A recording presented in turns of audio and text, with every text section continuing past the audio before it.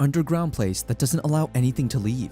A place where only S-rank adventurers may enter is known as the Forbidden Labyrinth. Due to its long history of swallowing up multiple adventurers, it came to be spoken about with great respect. This place is called Abyss, where once you enter, you will never see the sky again. One day, an S-rank party called Future Plan is getting ready to go into a labyrinth. A man in the group tells someone to check the loading anchors. Then he hears some voices and asks another person what's going on. The person says that Godok, the leader of Future Plan, is having a disagreement with a new member. The man sees a swordsman named Jir walking towards them and putting his hand on Godok's shoulder. Jir asks if they can stop arguing. He explains that as a newcomer, he has kept quiet, but whether the girl is a baggage handler or not, it makes him uncomfortable to see Godok treating her this way. Jir requests Godok to cut it out. Godok angrily questions if Jir has a problem with how he does things. The baggage handler girl beside Jir tries to say something, but Jir stops her with his hand gesture. He tells Godok that he indeed has a problem with it. Jir adds that when he signed the contract with Godok, it didn't include agreeing with everything Godok does. Godok stands there, visibly angry, while Jir continues. He asks Godok if he's going to keep complaining about hindrances and useless burdens even in the labyrinth. Jir suggests that since they're about to challenge the hardest labyrinth in the whole country, Godok should let him enjoy it a little. Godok looks straight into Jir's eyes and without saying anything, turns away. Before walking off, he tells Jir not to push himself. Although Jir may be skilled with a sword, he's still a rookie, and he should follow orders in the labyrinth. Jir smiles and agrees to keep that in mind. Godok leaves, expressing frustration, telling Jir to stop slacking off and get a move on already. Jir looks back and sees the girl he supported, smiling with a ponytail. He asks if she is Kraha, the rookie support member from Future Plan. Kraha confirms with a smile and apologizes to Jir for him taking a stand for her. Jir tells her not to worry about it and suggests they go now. Kraha agrees and they both sit in the carriage. The carriage starts moving and Kraha mentions hearing that Jir is the heir to a famous sword school. Jir blushes, downplaying it, saying it's not a big deal. Kraha then brings up Godok, the team leader, informing her that Jir slayed a dragon in a country to the east. Jir smiles proudly, sharing that he accomplished that feat with his master. He lies back in the carriage, mentioning that he's currently touring around the country to defeat one by himself, acknowledging he still has a long way to go. Watching Jir, Kraha checks if he's okay. Jir confirms and praises her for not moving. Kraha, smiling, plays down the situation, saying anyone could handle that much, but Jir disagrees. Sadly, she sees herself as just a rookie support member and asks Jir if she can ask a question. Jir stays quiet, and suddenly she asks about how she can become stronger. Jir, surprised by the unexpected question, looks at her, and Kraha feels embarrassed, admitting it's crazy for someone like her to ask. Jir assures her it's fine, but wants to know the reason behind her question. Kraha, with tears in her eyes, reveals that she has always loved heroic tales since childhood and dreamed of traveling like the characters in those stories. Jir asks if she diligently studied things like packing and map making when she was old enough to become an adventurer, realizing why she's good at such things. Jir then asks if, as an adventurer now, she wants to improve her combat abilities. Kraha energetically agrees. Jir points out that being an adventurer requires more than just survival skills. She also needs the skills to take on monsters. Kraha is stunned and clenches her fist, expressing frustration that no one will teach her these combat skills. She explains that when she joined Future Plan, they promised advancement training to move from a support role to a main one. However, the training turned out to be vague instructions like learn by observation and give up if you can't do it. Jir wonders if there is no internal system for training people. Kraha confirms, and Jir realizes that's why they're bringing in outsiders like him to strengthen their team. Kraha laughs, acknowledging her inexperience, but Jir finds this method unreasonable and something he can't agree with. Kraha, feeling a bit embarrassed, admits it's pretty shameless to ask Jir all these questions. In response, Jir points his finger and hypothetically presents a scenario where a dog monster or something similar is coming at Kraha. He asks her what she would do in such a situation. Kraha says she would try to encounter it, and Jir advises her that it would be better to anticipate its attack in advance and set a trap. This suggestion shocks Kraha, and Jir explains that such strategies are kind of cunning but effective. He emphasizes that there are no strict rules in battle, and everyone holds different cards in their hands, determining when and how to use them. Kraha listens carefully as Jir explains. Using his finger, Jir emphasizes that the most important thing is to understand the card she holds and choose the best move possible. He assures Kraha that no matter how useless she thinks her hand is, there will always be a scenario where it can be useful. The more cards she has, the stronger she becomes. Jir adds that a versatile card will have a big impact, and if she strengthens it, she can use it in different situations. Summing up, he says that training, experience, and knowledge will increase her overall strength. Kraha looks at Jir with a serious expression, while Jir smiles, sharing this advice. Kraha asks Jir if he is a theoretician, and Jir tells her he's just a challenger. He admits he might talk a big game, but at the end of the day, he's just a swordsman. Jir explains that he's not good with anything else, and Kraha can say he has chosen one card in his hand that he brute forces everything with, because all he does is watch people and turn his envious feelings into logic. He further informs Kraha that his eyesight is really poor, and when he slayed the dragon, it placed a curse on his eyes. Now, only physical enhancements like increased hardness have any effect on him. Kraha gets really scared when Jir admits he has a bigger problem than the previous curse. His sense of direction is so bad that if he's alone in the labyrinth, he might never find his way out. Plus, if he loses his glasses, it could be really dangerous for him. So to be safe, he gives his spare glasses to Kraha to hold on to. The carriage suddenly stops and they've reached their destination. Just before going into the labyrinth, Jir offers to teach Kraha a simple card for fighting. He can't be her official teacher or show her any fancy sword techniques, but he can teach her the basics of sword fighting if she's interested. Kraha quickly grabs his hand and bows deeply. Although it's just a small promise, it means a lot to her. Little did they know what was about to come. A mere 2 hours into the labyrinth, Jir finds himself alone, his glasses shattered and the darkness closing in. The journey has turned into a dangerous and surprising situation, and now the group, who were confident before, doesn't know what will happen next in the deep abyss. Jir is thinking about how something really unexpected happened during the labyrinth raid. Everything was going well until that tense moment when they encountered a monster. He realizes that even the strongest S-rank adventurers never made it past the 3rd level of this super tough labyrinth. In his mind, he thanks the team for planning a good route that made it easy to move around, even when they couldn't avoid meeting enemies.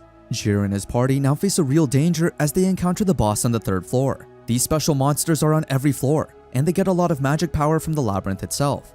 Unlike other monsters, they don't wander around.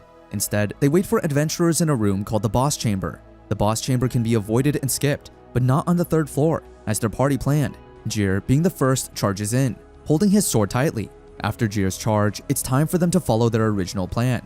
Now in a one-striker formation where the vanguard draws all the attention from the enemy, Jir is satisfied with this plan because all he can do is swing his sword, and it's natural for him to take the brunt of the enemy's attacks.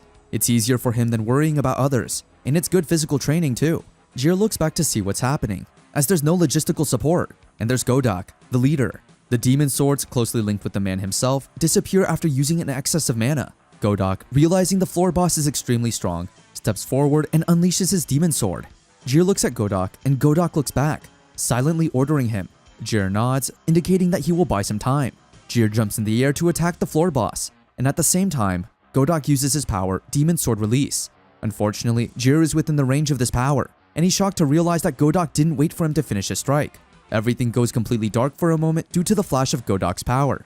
Jir has no time to avoid it, and a massive blast occurs, creating a hole in the labyrinth. Jir finds himself falling into that hole, thinking that only the boss floor was his friend and no one else, as he sees that he's not alone in the fall.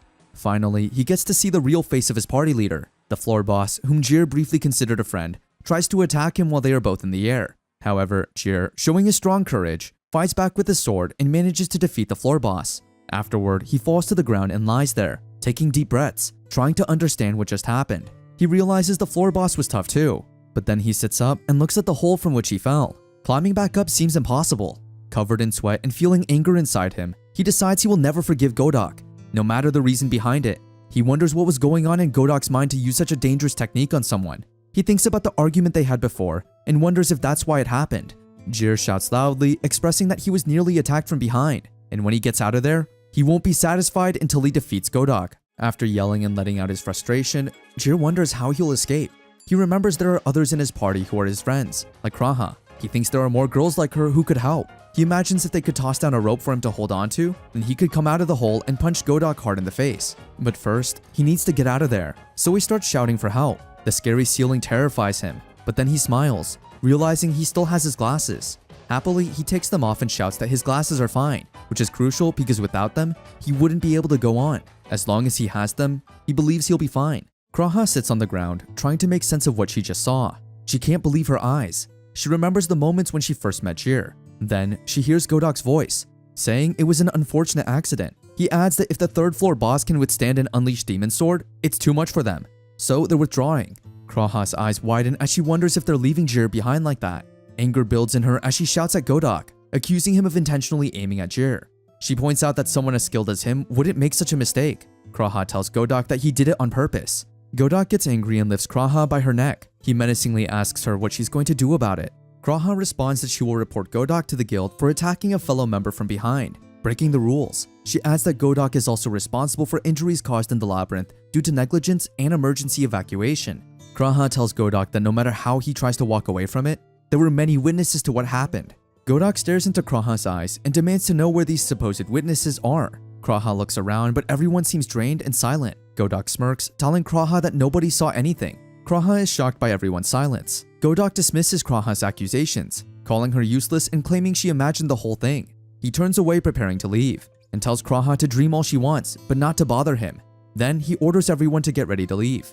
Kraha sits there in silence, shocked to learn that she can't do anything. She remembers trying to help Jir by reaching out her hand, but it couldn't reach him. Suddenly, another adventurer named Holland comes to Kraha and encourages her to snap out of it. He tells her that if she leaves, she'll be in big trouble. And Kraha, still in shock, asks Holland why everyone agrees with Godok.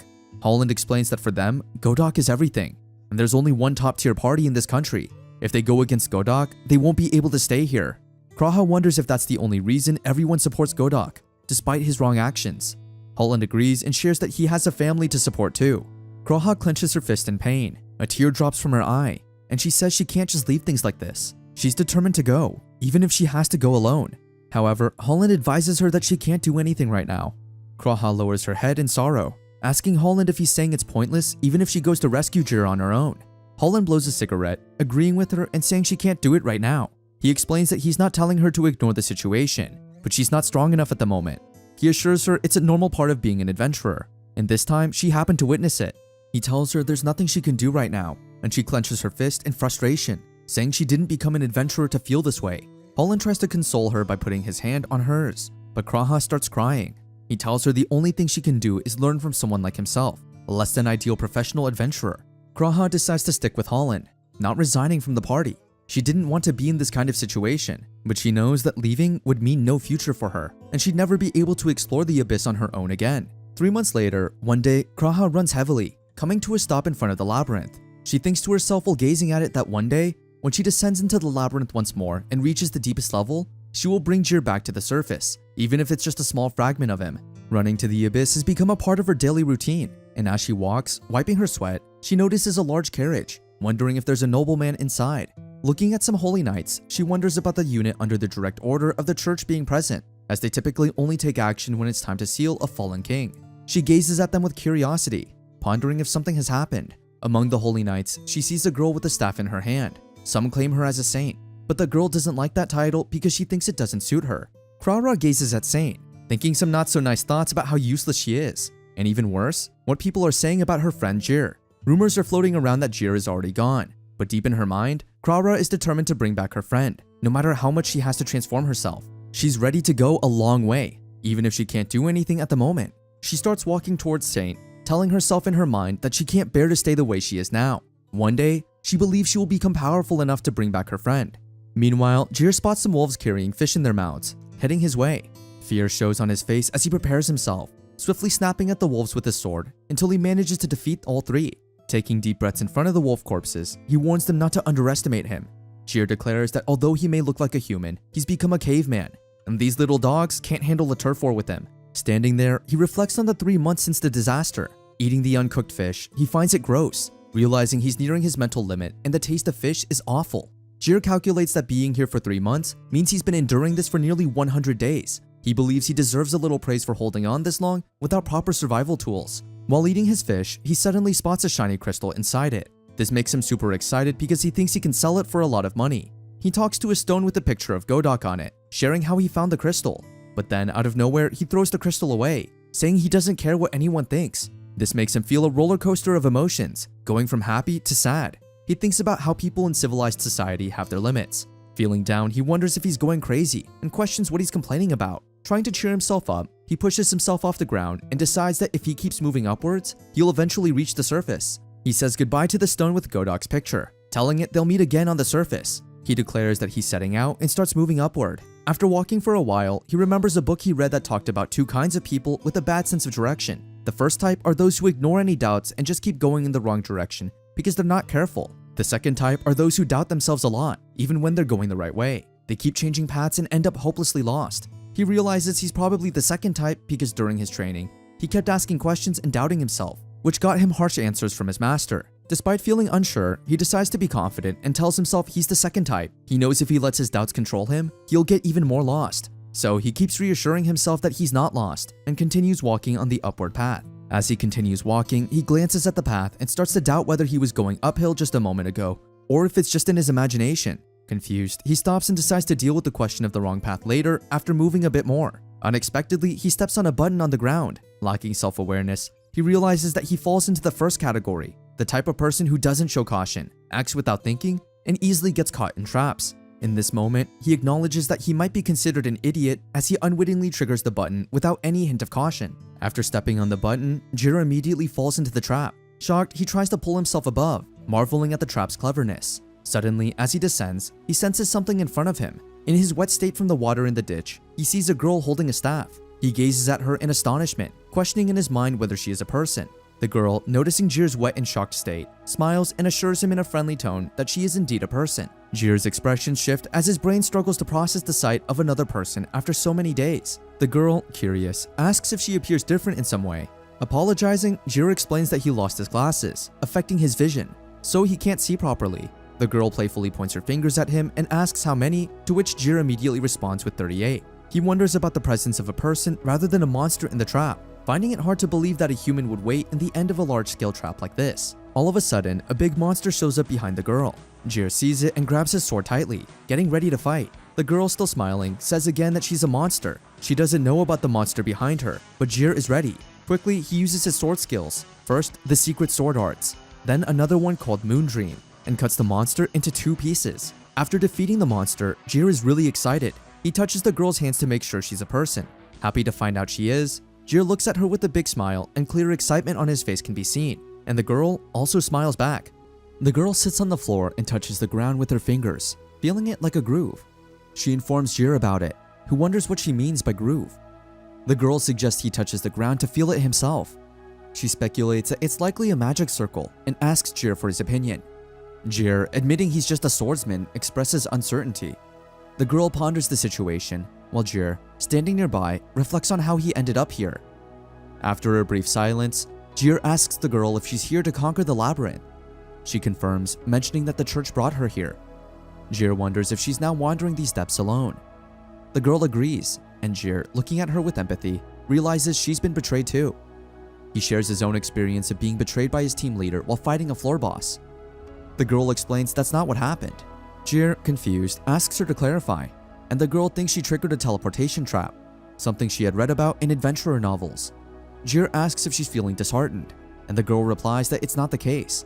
The holy knights who accompanied her did a good job. They escorted her to the 4th floor, a place no one had reached before. However, she started feeling sluggish, and it seems she was the only one caught in the trap. Jiro, shocked, wonders if she's not an adventurer. The girl confirms this and asks if it's okay to share. After a moment, she tells Jiro that she and the holy knights came to investigate the labyrinth.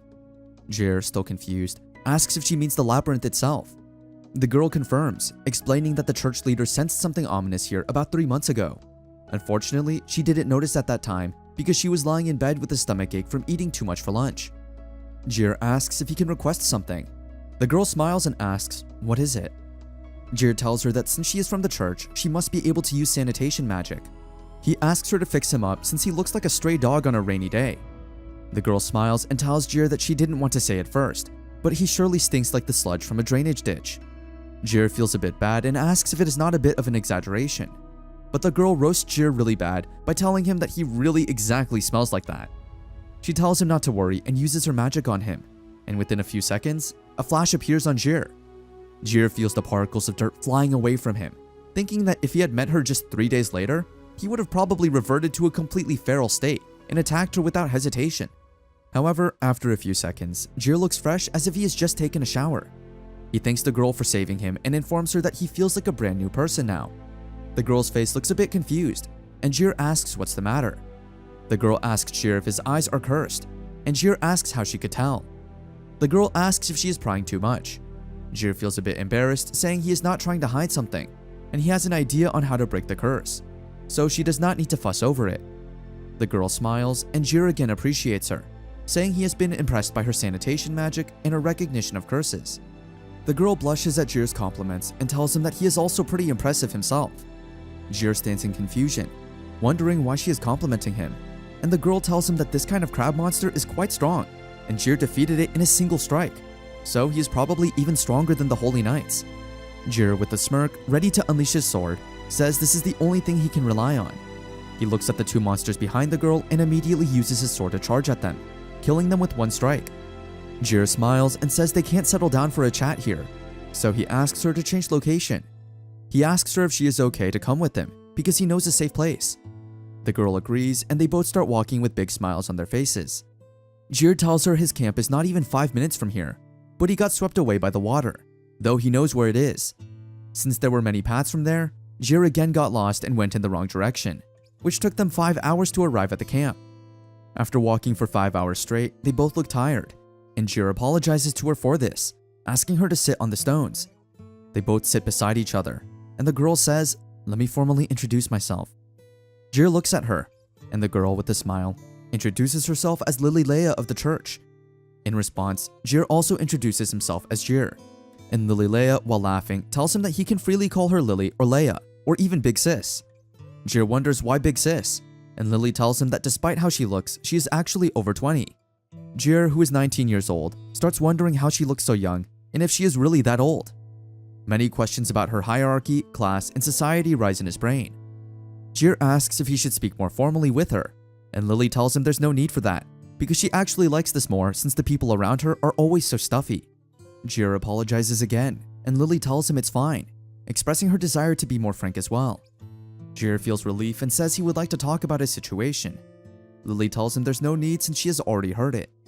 Jir looks at her with a confused face, and Lily informs him that before she entered the labyrinth, a cute short gray-haired girl asked her to take care of Jir. Jir wonders if she was Kraha, thinking he thought he was abandoned, but realizing Kraha still has not forgotten about him. He thinks that if it had been him, he would have assumed that someone was dead, especially if they didn't return after 3 whole months, particularly in the hardest labyrinth. Tears fall from his eyes as he realizes Kraha is still certain that Jir would be alive, but Lily informs him that Kraha asked her to bring back even if it's just a bone from him. Jir understands that now it makes sense since he's been stuck here for so long. He feels good after realizing that at least one of his friends is worrying about him. Lily asks Jir how he is this deep in and why he is at this place all alone. Jir explains he was knocked down to the very bottom at first, leaving Lily in shock. He says he doesn't know if it was intentional or not, but he ended up being attacked from both sides by the floor boss and a guy from the same party as him. Since then, he has been wandering around, trying to find a way up, but he never managed to find the original floor. As days passed, he started to revert back to a caveman. While mumbling to himself and walking undeterred, he was swept away by water, and suddenly Lily was right before his eyes. With a smile, he thanks Lily for saving him from the curse of the caveman. Lily tells Jir that he is pretty slender for a caveman, and Jir responds, saying it is hard to bulk up when constantly traveling, and he can't build up a large stable stock of food. Lily agrees, saying the guy from Jir's party was such a meanie, and they will protest against him when they get out of here. She tells Jir that she will also go with him. Jir thanks her and wonders if this is really the attitude of a big sister.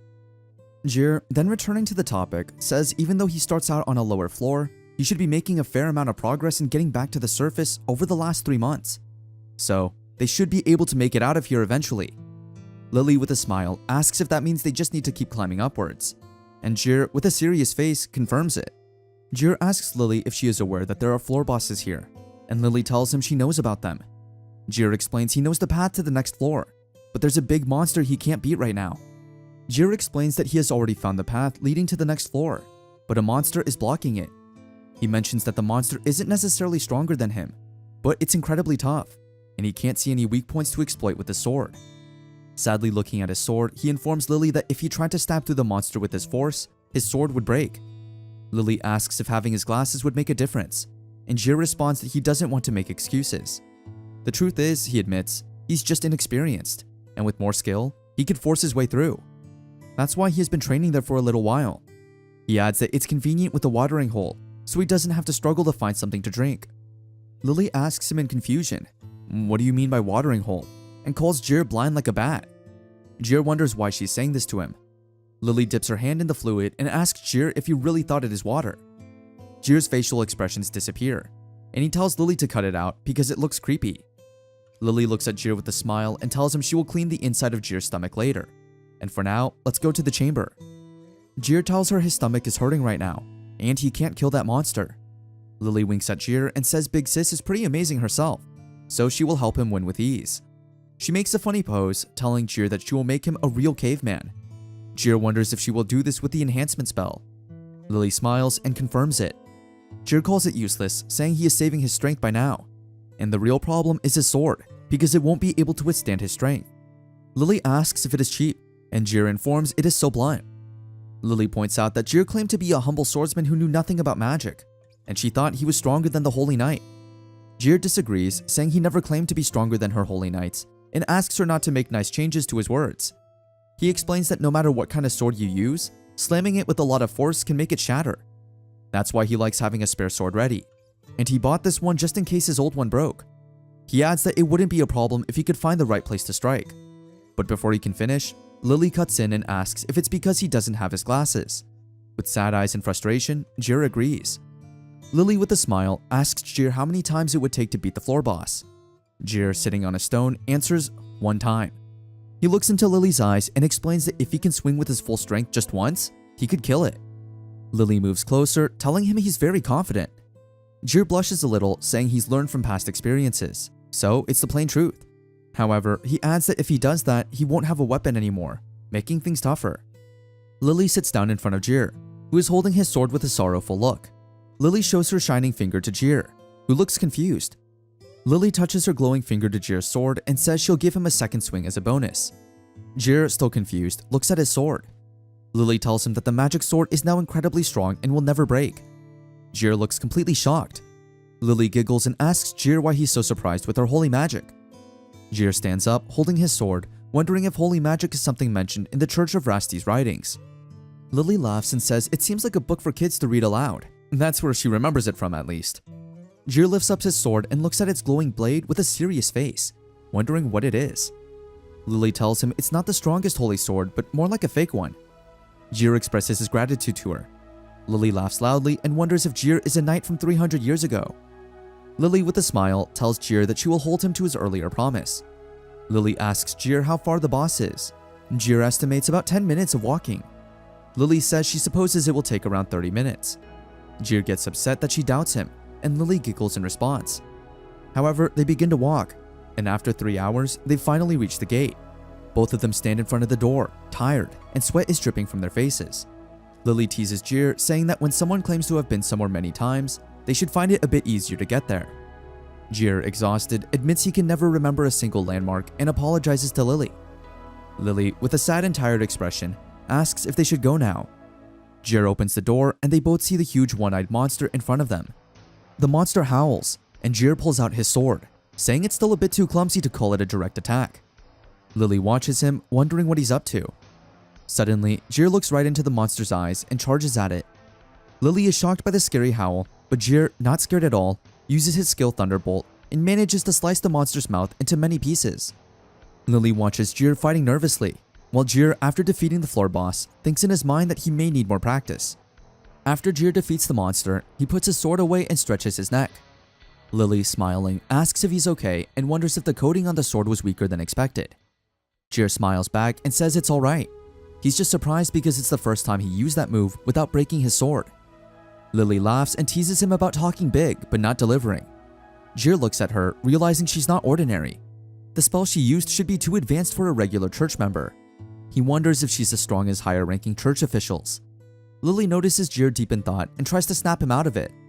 Jir, lost in contemplation, wonders if a skill like Lily's is hard for someone as young as her. He remembers Lily saying she's 20, thinking she might be a seasoned woman named Lilia with a cute, youthful voice.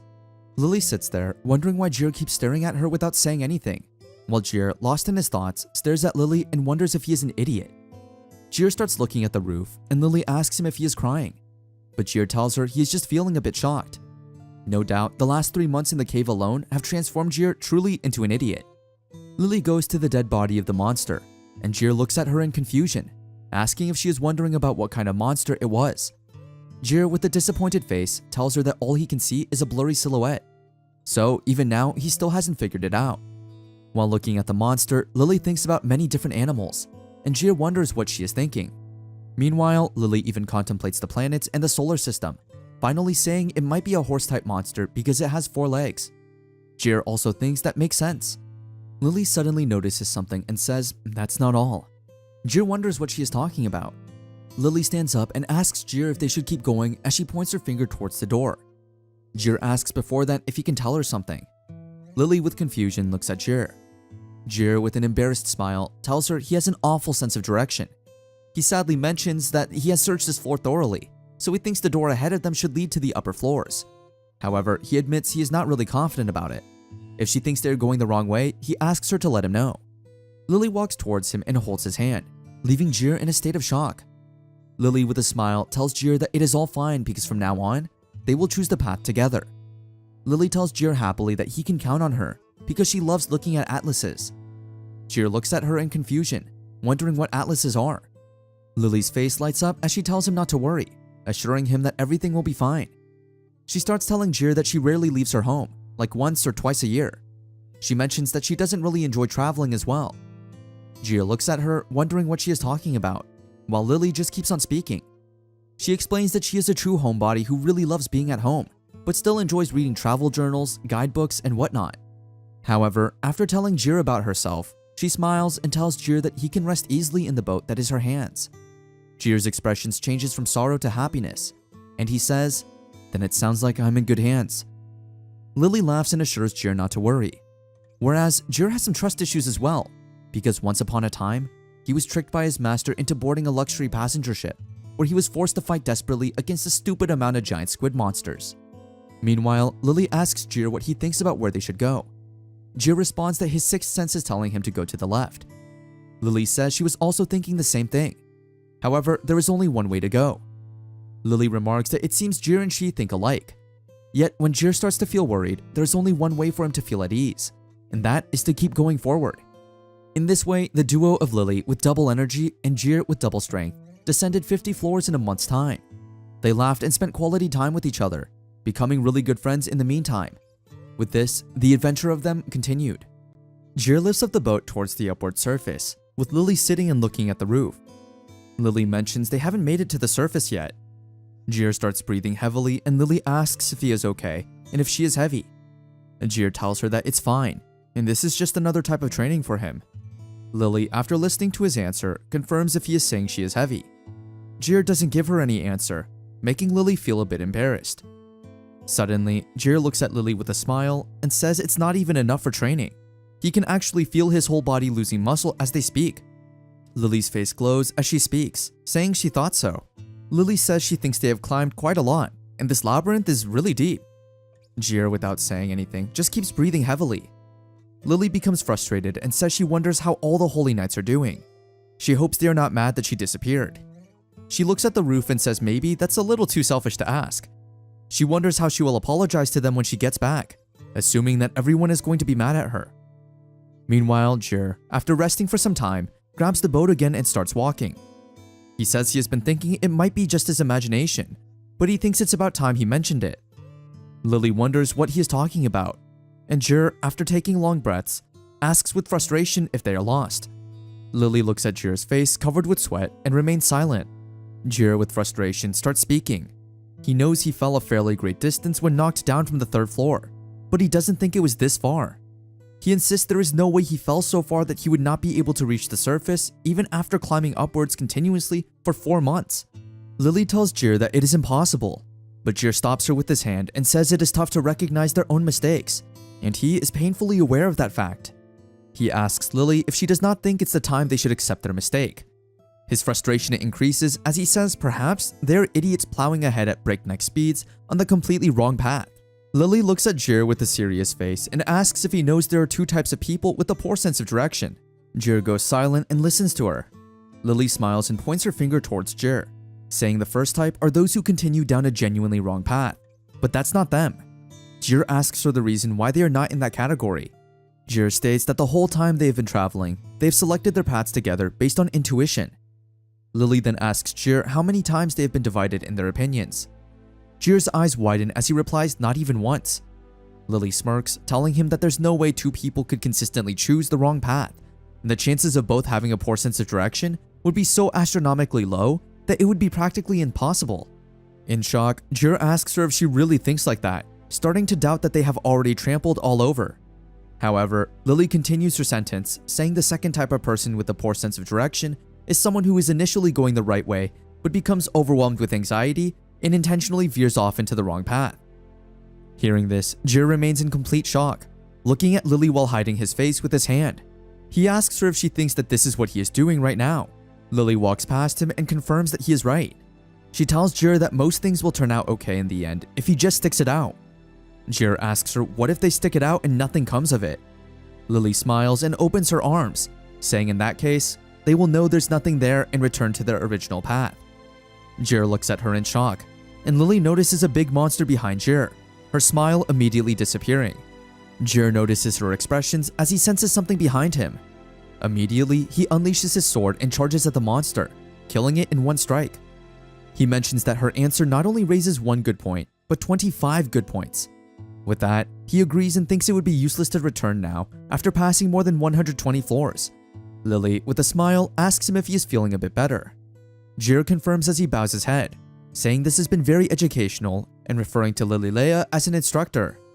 Lily looks at him with confusion but plays along, smiling suddenly, saying, "Keep on learning, Jir, my boy." Jir blushes as they both look at the path. Lily tells him they have hit a fork in the road. They both point in the right direction together.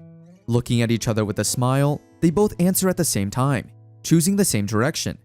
With that, they both started going in the right direction, casting away their doubts and continued onward. Little do they know, the path they selected will take them through a ravine untouched by light, leading them even deeper down. In this way, they both stop and start eating food. Lily eats uncooked fish and Jir drinks water. Lily, with a disgusted expression, comments that it tastes so bad and she wants to cry. On the other hand, Jir, after drinking water, exclaims that it is so good. He mentions that it's enough for him, while Lily looks at him and continues eating the fish, expressing how bad it is. But because neither of them could start a fire, they had to eat the uncooked fish. And for water, thanks to Lily and her sanitation magic, she cleaned the water with her skill. After the meal, she uses her magic to clean both of their hands. Jir looks at her with a smile and thanks Lily for helping him. Lily yawns and says now it's time for her to take a nap. She asks Jir if he is going to keep training. Jir confirms it and thinks in his brain that without Lily's help, he would not have been able to defeat that horse floor boss. He says to himself that it is getting tougher and tougher to beat the floor bosses in this area on his own power, and he still has a long way to go. Lily hears him and looks at him with angry expressions. She says to him that she knew Jir still can't accept it. Jir looks at her, wondering if she really listened to everything he said, and tries to explain himself. Lily sits with a sad face, expressing that perhaps she did something uncalled for. She further says how disappointing it is to be thought of as a nuisance. Jir tries to explain to her, saying he was not trying to imply that he does not need help. However, Lily, without hearing him, mentions how she went out of her way to learn magic to assist people. She holds the liquid fluid from the ground and, with a smile, asks Jir about how he tries to drink the swamp water. Upon seeing this, Jir apologizes to her as he realizes she genuinely helped them clean the water, which he drank and liked so much. But he asserts that he is asking for help and wants to work hard to ensure he won't be embarrassed to accept that help. Lily, still smiling, asks him if he wants this water, and Jir says it's just a habit or a kind of self-satisfaction for him. He then asks Lily how about they get back to what started this discussion. He starts explaining to her that he understands people can only carry on because they receive support from others. For example, someone made him glasses, and he can't make clean water. He further explains that swordsmen tend to always think about themselves. However, Lily just smiles and says she is kidding. Jir's face remains in shock, wondering if she was joking the entire time. Lily confirms it, laughing, and asks Jir if he has ever been called cute before. Jir confirms he hasn't ever been called cute, and even his master said he is not cute and way too impertinent. Lily agrees, saying she can also see that, which kinda makes Jir feel bad. Lily laughs and says sometimes Jir starts to talk more formally, and it would be better if he were more direct. She laughs, saying she thinks it is cute when he is trying to force himself not to use formal language. Her face glows as she keeps laughing, saying teasing younger men is always so much fun, whereas Jir looks at her annoyingly. Jir gestures, signaling to Lily to drop the topic, and he asks her to go to sleep. Lily agrees and wishes him a good night. After that, Jir starts walking, thinking Lily can be troublesome at times. He keeps repeating this thought. As he reaches the Swampwater River, he sits beside it with crossed legs. While there, he starts contemplating Lily, and his cheeks blush. He wonders if he is in love with her. He thinks to himself that he can't concentrate on training because of that, reminding himself of his master's advice not to get involved with women. He recalls his master, who has been divorced 5 times. 5 years ago, Jir told his master that it was the master who was wrong in the head. Without even thinking, his master worked him several times harder than before. Sitting there, Jir thinks that his master's words hold some weight, and he had been avoiding getting close to women until now. However, he feels it's becoming unavoidable. Reflecting on the 3 months spent alone in the labyrinth without seeing daylight, he recalls prowling around in a dirty state until Lily, a good-natured woman, appeared.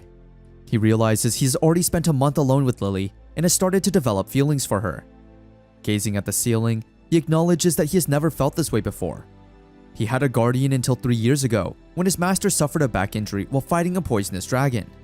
He tells himself that he doesn't want to end up like his master. He recalls how his master went on a trip and asked Jir to find an optician or something. Since then, Jir has been walking on his own. People usually see him as his trainee, and many would say unkind things to him. They often challenged him to prove themselves, making it hard for him to get close to women.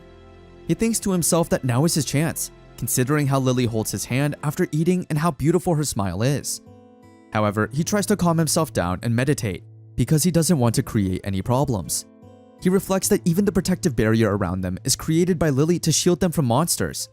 He believes it would be unfair to express his feelings under these circumstances, especially when no one else is around to help her if needed. And outside the barrier, there are many monsters. In such a situation, it would be easy for Jir to pressure her for a quick answer. However, he quickly shakes his head to dismiss those thoughts and tries to calm himself.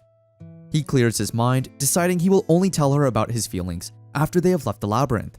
Suddenly, as he begins to meditate, a thought crosses his mind. What if Lily is 80 years old? His eyes widen in shock as he considers that the clergy's power peaks in their later years, and a young person couldn't use holy magic so skillfully. He believes Lily might be close to 80 because he has only seen a blurry outline of her body, not even her face. He also assumes that the only reason she holds his hand is for casting spells, not because she has any feelings for him, and he calls himself foolish. In his thoughts, he imagines Lily as a cheerful, merry woman with cute habits and soft hands who smells incredibly good, but is also 80 years old. He convinces himself that there's no doubt about it and shouts to himself that this is the truth. Suddenly, Lily hears him shouting from behind and asks him what's wrong. Jir gets a great shock because he didn't realize Lily was standing there. Lily complains to him for shouting in her face, and Jir apologizes, asking what's going on. Lily explains she thought Jir might be feeling a bit cold while going to sleep, so she used her magic. Without touching Jir, she creates a warm cover over him, and Jir notices her using magic. Jir suddenly feels warm, and Lily mentions it will last for the next 10 hours, advising him not to stay up too late. Jir wonders if she did the magic without touching him, and he asks her to confirm. Lily replies that she doesn't need to touch him for this magic since she's been practicing, and she tells Jir she's leaving.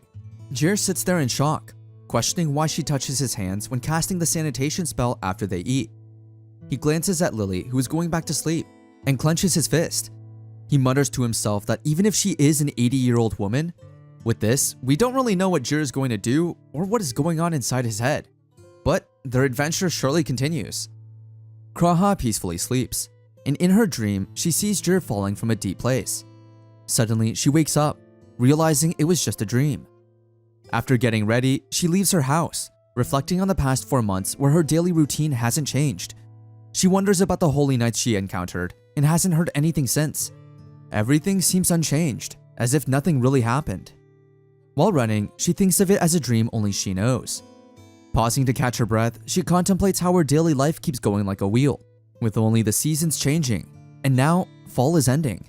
She takes deep breaths, and suddenly Holland appears, saying young people are impressive. Kraha looks at him and asks if he's doing solo training. Smoking his cigarette, Holland casually mentions it's nothing serious. He's just keeping his kids company as they've been complaining about gaining weight.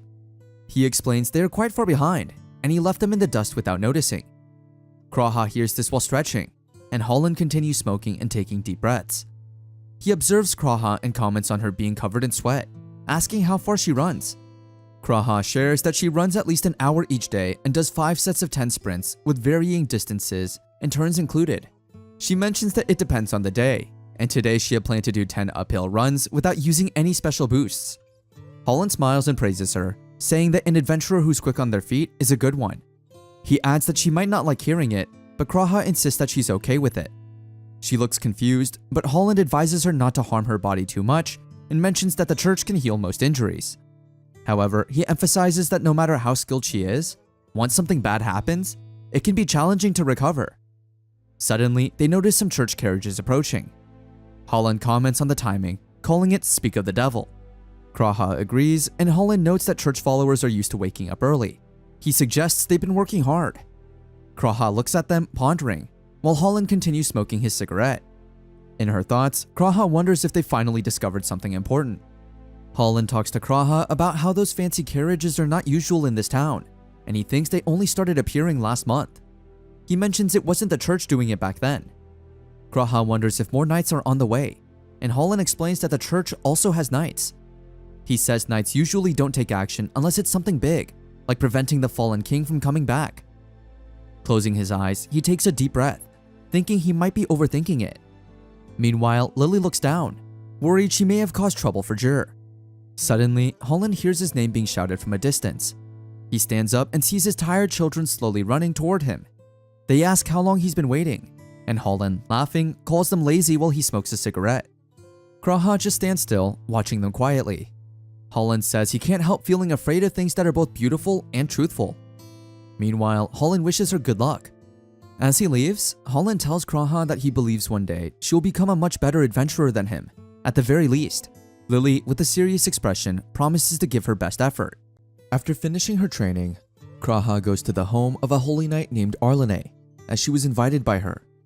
Arlene apologizes to Kraha for calling her late at night, and Kraha assures her that it's okay since she owes her one anyhow. They both take a sip of tea, and Kraha wonders in her mind why Arlene wants to talk to her. Arlene asks Kraha to tell her what happened to their party, if anything. Kraha becomes confused, wondering what Arlene is talking about, and asks her for clarification. Arlene confirms her party had given up on raiding the abyss. Kraha remains in shock and answerless. Arlene wonders if her party did not inform Kraha. With a sorrowful expression, Kraha confirms it but mentions that she knew in a way. She explains that she asked Godok directly what happened, and Godok replied, stating that they have already given up on that raid. Arlene asks Kraha what happened in that labyrinth and wonders what could possibly cause a party that climbed all the way to S rank to throw in the towel so easily, especially since they did not lose even a single party member after only trying it once. Hearing this, Kraha's eyes remain wide open, wondering if Jir was never registered with the party in the first place. Meanwhile, Arlene, still unaware of the real situation, takes another sip and says she'd understand if they had suffered large-scale losses, but it just does not make sense to call off the whole raid after one offensive push. Kraha keeps looking down, lost in her deep thoughts and flashing back to all that happened in the labyrinth, while Arlene continues speaking. She says all she can imagine is that just like them, these guys must have met with some trouble of unknown origin in the labyrinth.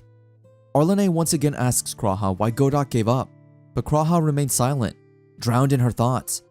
She wonders if it was probably because Godok accomplished what he set out to do, and maybe it was not just an unforeseen accident. Perhaps from the very beginning, his only goal was to kill Jur. However, she remains clueless about such actions of Godok, pondering if he really needed to kill Jur.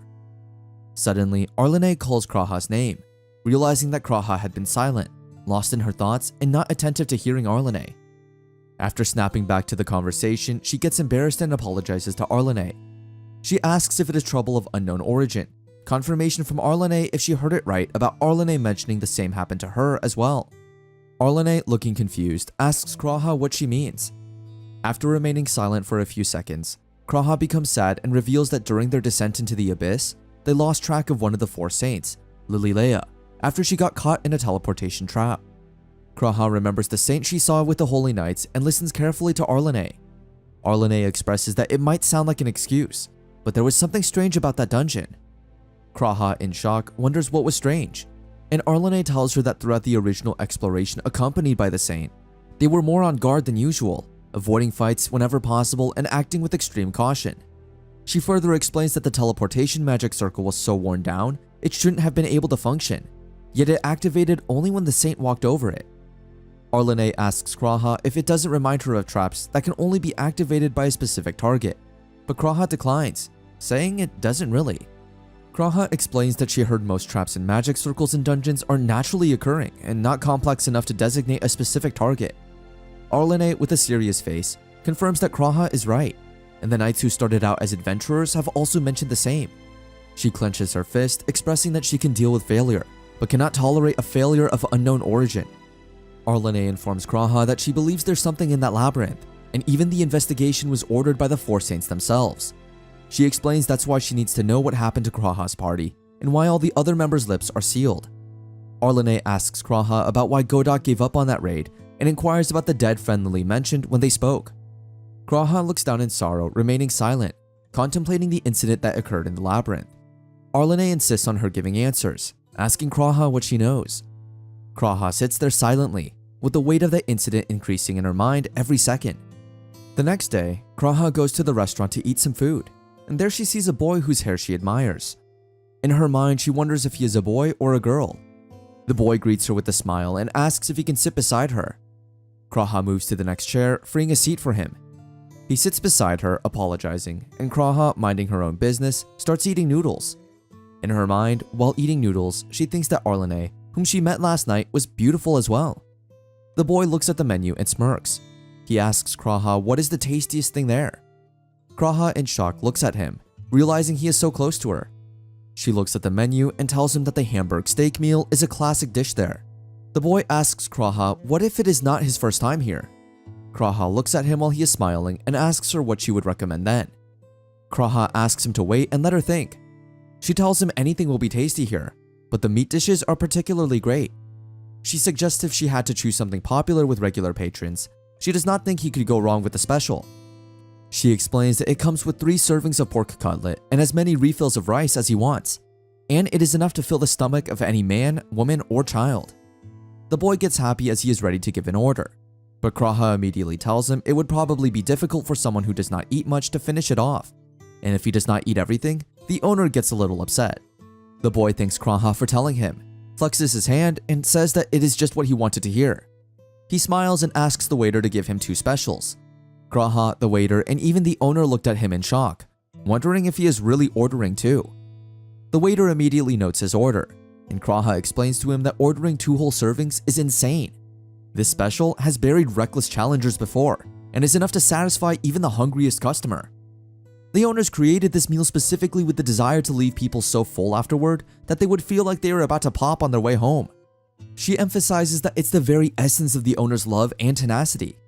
With shock and panic, she tells him that if he leaves something on the plate, the owner will be angry, while the boy remains silent, waiting for his food. Suddenly, the waitress brings his order, 2 specials. Kraha, including the owners, looks at him in shock. The boy assures Kraha not to worry, calling himself a glutton. He starts eating the food, and within seconds, he immediately finishes both plates. Everyone there cannot believe it is really possible, while the boy, with his full belly, tells them the food was good. After eating, he asks the waitress to bring what Kraha was eating. Kraha, with a shocked face, asks him why he is having some noodles, explaining that she doesn't have much of an appetite, which is why she ordered that. The boy thinks while looking at Kraha and says she does not seem like a bad person. Kraha looks at him, wondering what he just said, but the boy just passes her a smile. He then eats the remaining food and thanks Kraha for telling him about a nice meal.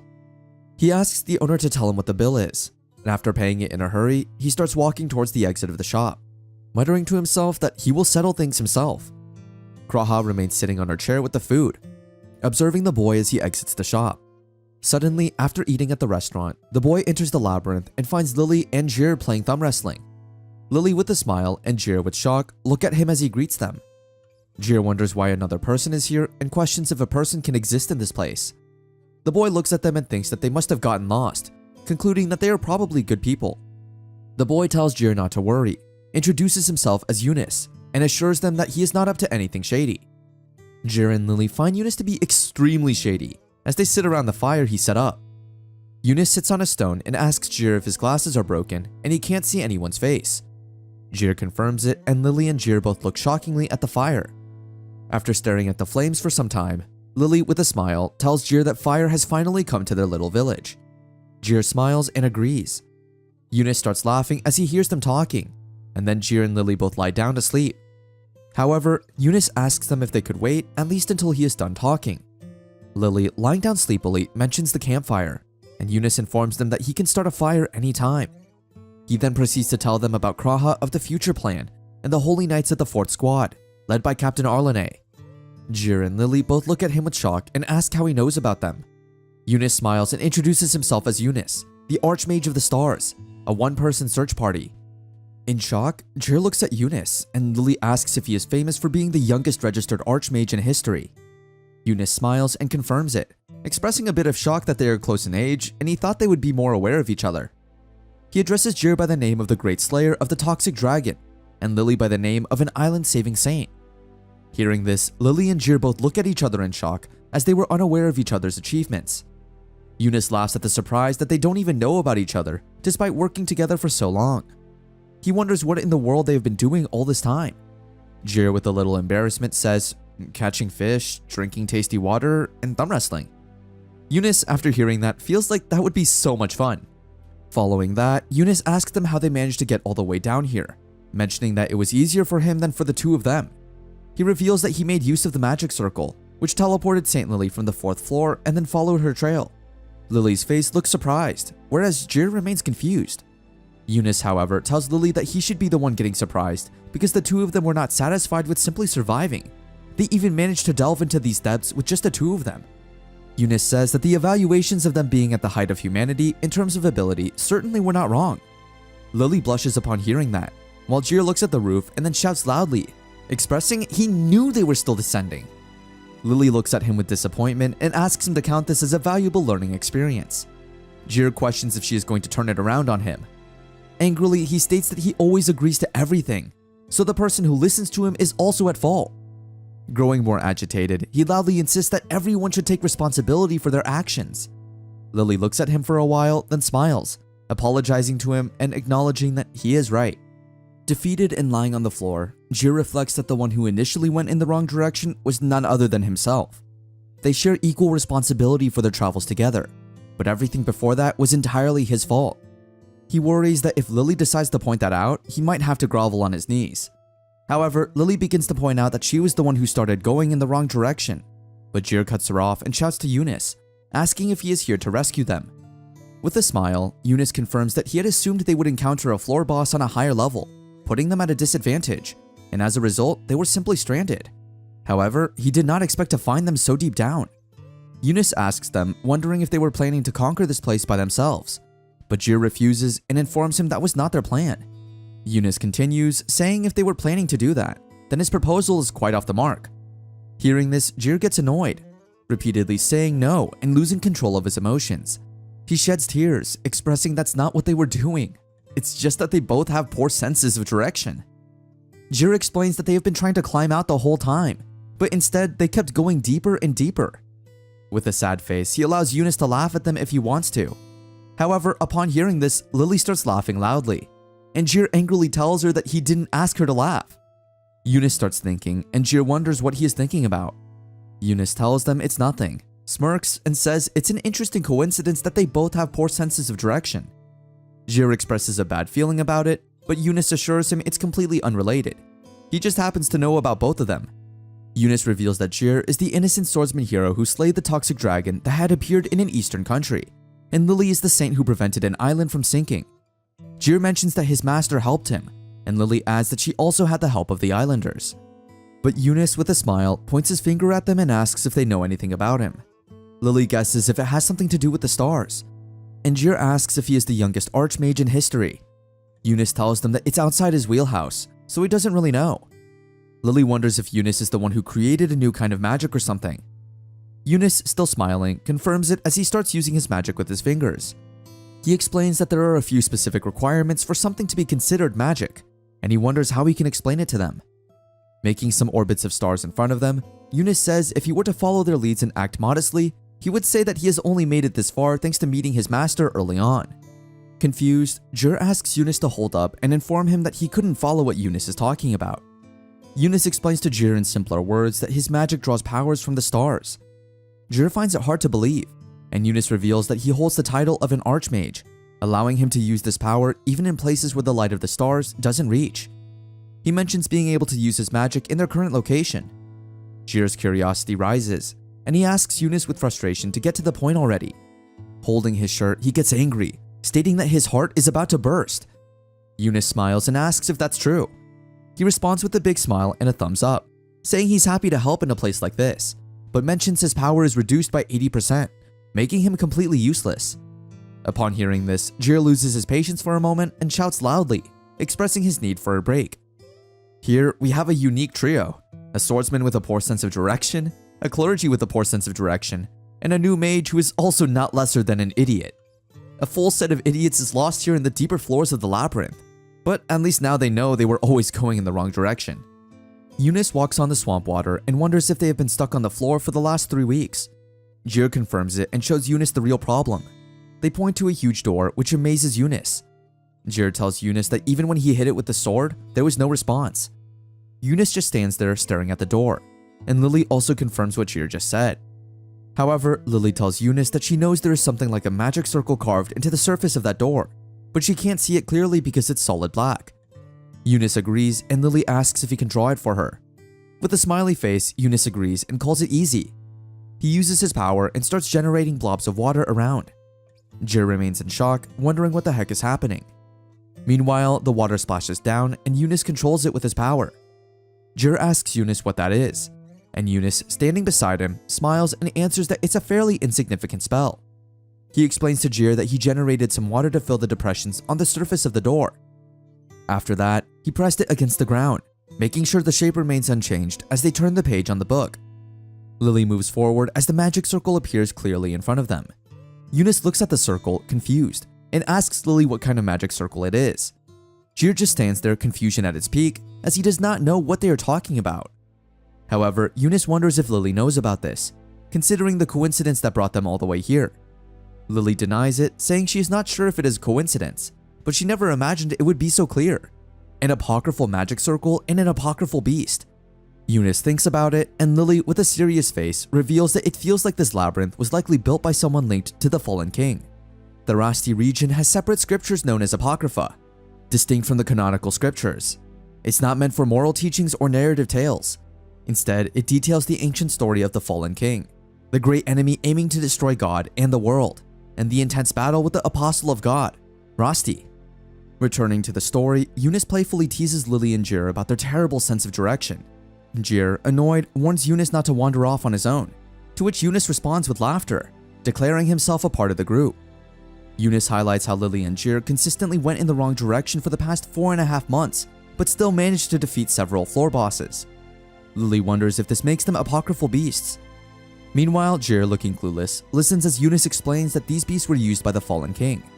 During his battle with Rasti, some theories suggest these creatures were actually part of the fallen king.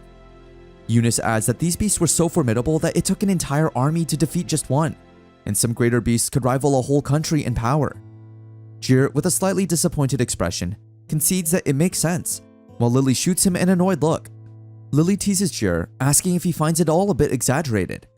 Jir, looking confused, clarifies that he's not saying it's a lie, but doesn't seem entirely convinced. Lily playfully pokes Jir's cheeks and reveals that the horse monster he killed is called a nightmare, and classifies it as a lesser beast.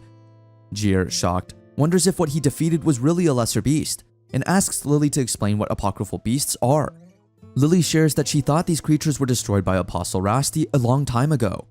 Jir questions if that means the rumors are true, and if there are surviving beasts or if the fallen king created the labyrinth. Eunice chimes in, saying they are getting close to the truth, and at the very least, there are some lingering traces here. The magic circle etched into the door is also mentioned in the Apocrypha. Lily questions Jir if he recognizes the magic circle, mentioning it as a holy magic she has seen a few times before. She believes it's a magic circle Rasti used, recorded only in the original and first 7 copies of the Apocrypha. Eunice, puzzled, asks Lily if she doesn't refer to Rasti as apostle, to which Lily confirms and explains her discomfort with that title. Lily notes that the magic circle is not exactly the same, emphasizing it's not a normal protective spell. She clarifies that it doesn't just prevent outsiders from entering, but also stops whatever's inside from getting out. Jir questions if it's a spell cast by Rasti. Wouldn't it be better not to break it? Eunice responds that it's not necessarily the case, as there must be a key to breaking the spell. Lily agrees with this perspective, and Jir contemplates the idea of a key in his mind. Eunice shares that Rasti's identity is uncertain, questioning if she was even a person. He mentions that someone like her should have been able to construct a perfect magic circle. Eunice explains that the magic circle is complex, but has been designed to allow it to be broken by a holy magic user of a certain level and a magic analyst. It's a spell meant to be broken. Jir wonders what it means, and Eunice ponders if this labyrinth is truly linked to the Fallen King.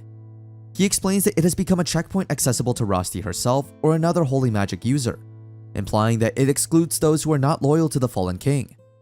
Jir and Lily gaze at him curiously, and Eunice confesses that he doesn't know the exact implication of this. Disappointed, Jir declares he's going to bed, and Lily chuckles, appreciating it as an amusing Archmage joke. She agrees with Eunice that they lack sufficient clues for now. Eunice holds Jir, suggesting they might not have all the information yet. Eunice asks Jir if he has any knowledge as an adventurer. He questions whether Jir researched anything about the labyrinth before entering, to which Jir, looking a bit confused, responds that he doesn't know anything. Eunice laughs and queries if Jir studied the layout. Annoyed, Jir emphasizes that he's not and never has been an adventurer. He was just an outsider. The most he heard about the labyrinth is how strong the monsters inside are. Eunice remarks that it seems Jir hasn't even registered as an adventurer yet. This revelation infuriates Jir, thinking about how much of a trickster Godok is. Eunice adds that he entered such a restricted area. Jir will likely be detained and fined the moment he leaves. Jir sits there in distress, and Lily, smiling, comments on how sorry she feels for Jir the more she learns about him. Eunice, contemplating the situation, agrees, and Jir frustratedly remarks that they've talked so much about this. Lily suggests that it seems Godok was overly prepared for this, and had planned something for Jir from the beginning. Eunice contemplates this, and Lily asks Jir if he has any ideas. Angrily, Jir responds that he doesn't know anything that would make Godok lie to him. Eunice straightforwardly states that he has a hard time believing Jir is an unfortunate idiot. Jir retorts angrily, suggesting that it would be better if Eunice didn't think that way. Eunice expresses his thoughts, saying that one could argue Lily and he were thrown in here on purpose, but Jir, being the greatest swordsman of an era, is too significant to be involved in this matter by accident. Jir, with a frustrated face, mentions that he is not that strong, as he has never beaten his master. Eunice compliments Jir, acknowledging him as the strongest for defeating the apocryphal beast single-handedly, even without fighting at full strength due to not wearing his glasses. Jir feels embarrassed and tells Eunice not to mention that. In his thoughts, Jir reflects on this and starts feeling proud of his strength. Suddenly, Lily hits his finger, warning him that pride is the enemy. Jir experiences pain, shouts, and questions if ganging up on him is the latest trend. Eunice suggests stopping the teasing for now and proposes that the three of them go through the door. Jir and Lily express shock as Eunice proposes going back through the door. Jir, in his thoughts, considers it lame to backtrack after coming so far to conquer the labyrinth. Despite his initial resistance, Jir agrees with a smile, but Lily doesn't seem satisfied. She questions the delay and worries about their safety. Eunice reassures her, mentioning that he informed Arlene in advance about the possibility of a delayed return. Eunice suggests that instead of going to the surface, it might be faster to reach the deepest floor and then use mana from there for teleportation. Jir wonders if teleporting to the entrance is possible, and Eunice confirms it. Lily agrees, raising her hand, and Eunice, with a smirk, remarks on the suspicious nature of the labyrinth. Eunice reveals that three saints asked him to investigate the labyrinth's interior when he had spare time.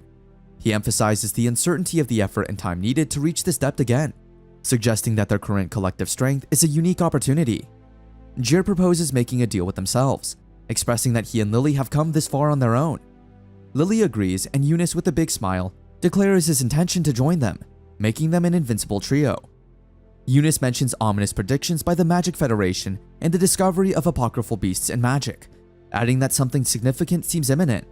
He looks towards the roof and asks Jir and Lily for their assistance in facing whatever challenges lie ahead. Lily happily takes Eunice's hands and expresses her gratitude for his timely arrival, looking forward to working together. Jir, also smiling, thanks him, acknowledging that Eunice saved him from wandering aimlessly with Lily. To decide their way, they decide to play rock, paper, scissors. However, Jir points out that he's at a disadvantage because he can't see what the others choose. Lily suggests he touch their hands to feel their choices, leading to a playful argument about who will decide and how. In frustration, Jir and Eunice declare that they are incredibly useless. Eventually, Jir suggests that they all go in different directions and then reconvene at the same spot. Lily and Eunice are astonished at Jir's suggestion, but Jir proposes a race. Whoever makes it back first becomes their guide. Eunice finds the idea exciting, and the trio sets off in different directions. Surprisingly, Eunice claims the first place, returning within 3 hours and 56 minutes, followed by Jir in second place at 5 hours and 12 minutes. Lily arrives last after 8 hours and 38 minutes. Eunice and Jir express disbelief that Lily made it back, and she tearfully admits her joy at finally returning. Eunice, also emotional, contemplates the human condition, wondering if there could be anyone more useless than him. Jir, relieved that everyone returned safely, expresses his happiness. The day after, opinions about Jir are divided, with accusations of him being cautious and lacking appeal. However, the door blocking their way opens the next day, emitting a solemn sound, revealing the path to the deepest level. Jir, while looking at the roof, questions himself if he really needs to be at this party. Lily and Eunice look at him with confusion, whereas it's been a month since this trio has been together, and after the arrival of Eunice, their adventure has really smoothed out. In the beginning, they acted meek, as Jir took care of the monsters and Eunice just followed along until he got used to things. But before long, Eunice gets the hang of things, and their party becomes one of the strongest ever. In the present time, Eunice with this magic rains down a scale of light, and all the monsters die in this rain within a second. With a sad face, Jir shows gratitude for Eunice's magic as they haven't encountered a single monster lately. However, he makes a crying face, saying he feels genuinely useless. Lily, in an attempt to make him feel better, says it doesn't seem like her sanctuary barrier is needed all that much either. No one really gets hurt anymore, and besides, Eunice can create something similar to it anyway. She points out that they both use light, meaning they fill the same criteria. Jir also starts crying, saying that now that she mentions it, his secret sword technique has a name associated with the moon, and the moon and the stars are closely related to. Eunice asks him not to say something so sad, or else he will also start crying. He mocks him and then starts laughing, but with a smile, he apologizes and informs that he was feeling a little left out. Jir says to Eunice that he might be the type to easily succumb to loneliness. Eunice informs that it was inevitable, and he is looking forward to meeting them both from the bottom of his heart. He looks upward and says it's the first time he has walked together with two people the same age as him. He laughs loudly and says deep down he is happy that he can barely stand it, and it's like being on a field trip. Lily comments on Eunice, saying he is so cute, and Eunice asks them if they have ever been on a field trip. They both answer that they have, and Eunice tells them she entered the Grand Library when she was very young. Eunice informs that he never had the chance to do stuff like that, and Jir wonders if that's the sort of place they need to enter when they are young. Eunice informs them it's not like that. Actually, in his case, he was able to get in because his master had close ties to the Grand Library, and it's quite rare for someone of that age to make it into the heart of a place like that. Lily, with excitement, confirms that means this is Eunice's first trip. Eunice agrees, and they both start walking around with excitement. Jir, with a disappointed face, tells them not to let their guard down, thinking to himself that they have tripled their fighting power since that time. However, since it's the hardest labyrinth, they should not let their guard down. Eunice and Lily agree, but Eunice tells them that the three of them are the best in their fields, and he is not even being optimistic when he says their party is the strongest.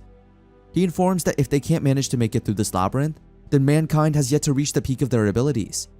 He further says their current state is only natural, and it would be more terrifying if the three of them were holding back. Lily, with a smile, says Eunice is really long-winded. Eunice laughs and says he is a narcissist, and Lily confirms, while laughing, that the price of their talent is having ultra-poor senses of direction.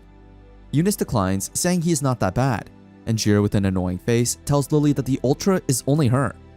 Lily shouts, saying she doesn't want to be the only one. However, after that, Eunice with this magic sets fire, and they start eating. Eunice, while eating an awful fish, asks why all the S-rank party stopped at the 3rd floor.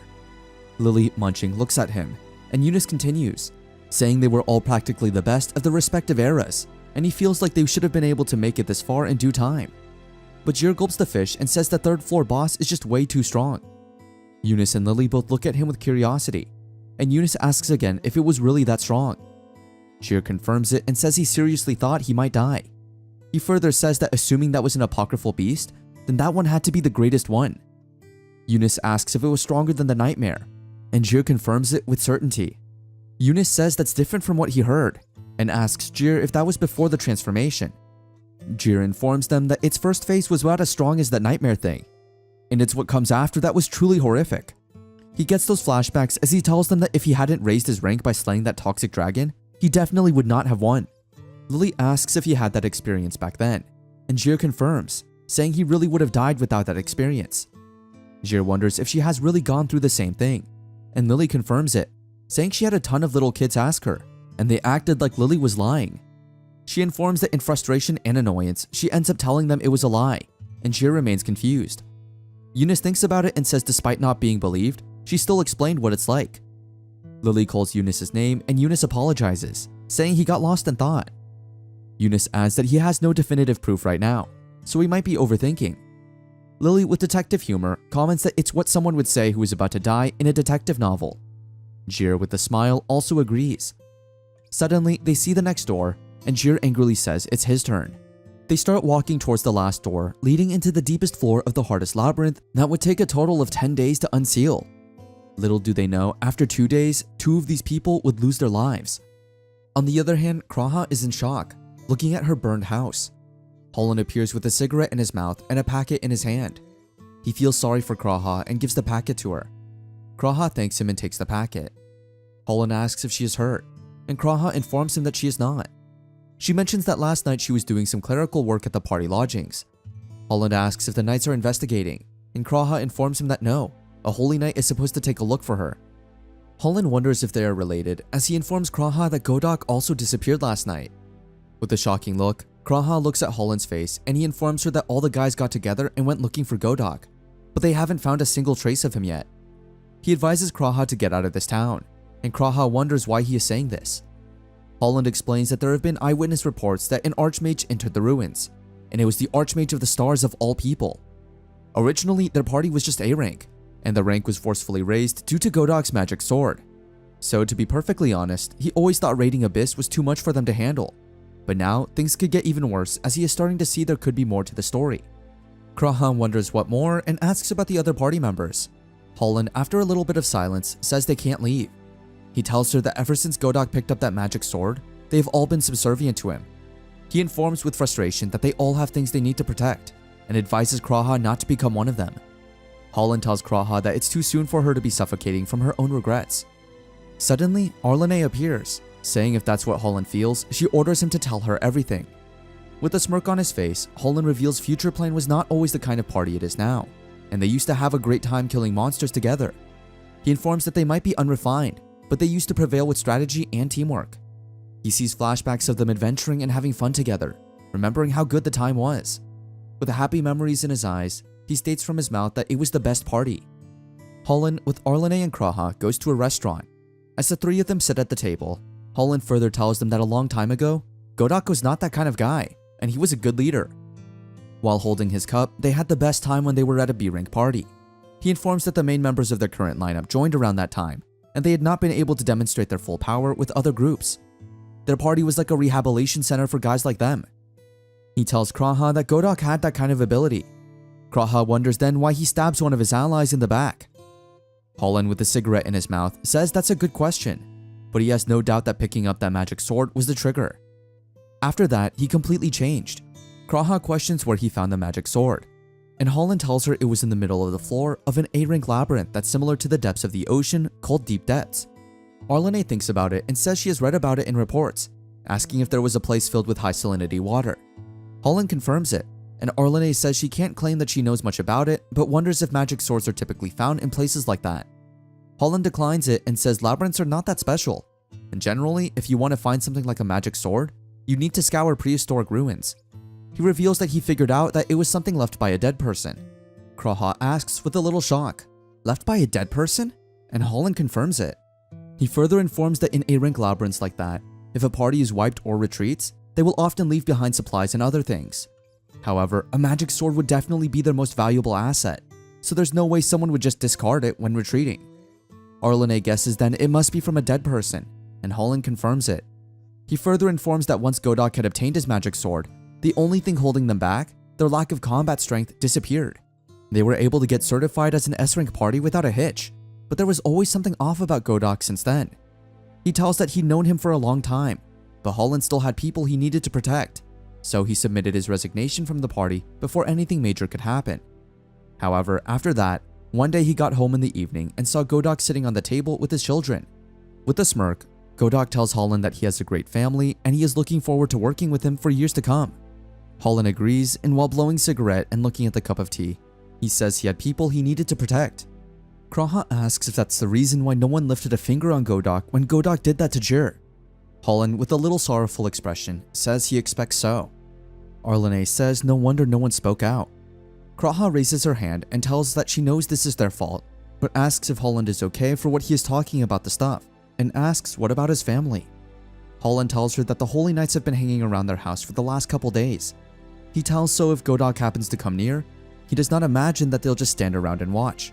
He questions Arlene if he is right. Arlene smiles and compliments Holland that he has got sharp eyes and informs reinforcements arrived just a few days ago. Holland takes a sip and winks at her, and questions what these recent incidents have to do with them. He asks, why is the church taking action? Arlene shares that the Holy Knight commanders suspect the fallen king is related to the situation at hand, and Holland confusedly asks her what she is talking about, wondering if that's not just a fairy tale. He angrily asks what do apocryphal scriptures from thousands of years ago have to do with what is going on now. Kraha questions if the fallen king is really around in the present today. Arlene says she understands what they are saying, but even now she does not have a clear answer. But she tells the three saints suggested as much that simultaneously, the Magic Federation has also had the same kind of feeling. She further explains that among the observers is that famous archmage. Holland puts his hand on his face, wondering what is going on. He asks if she means that Godok is also connected with the fallen king somehow. Arlene says that's the assumption for now, and Kraha looks at the cup of coffee. Hearing Arlene say this is just a hypothesis, but if they look closely at the timeline, she thinks it's likely that the magic sword, which reduces things to nothingness, is the fallen king. Kraha suddenly asks them what that noise is as she feels something, and notices that the coffee in the cup is also moving. Suddenly, they rush outside and see an instrumental apocryphal beast. On the other hand, in the labyrinth, Jir slices the monster in between with the sword. Eunice looks at him and says he is the useless one now, and Jir smirks, saying now he understands how he felt before. Ever since they went through that second door, he has had the undeniable feeling that these beasts are incredibly strong. The monsters became so formidable that they were undaunted by Eunice's magic and strong enough to destroy a small village on their own. Jir questions them if it is really a deep labyrinth and thinks about which floor they are on, guessing they are on the 170th floor.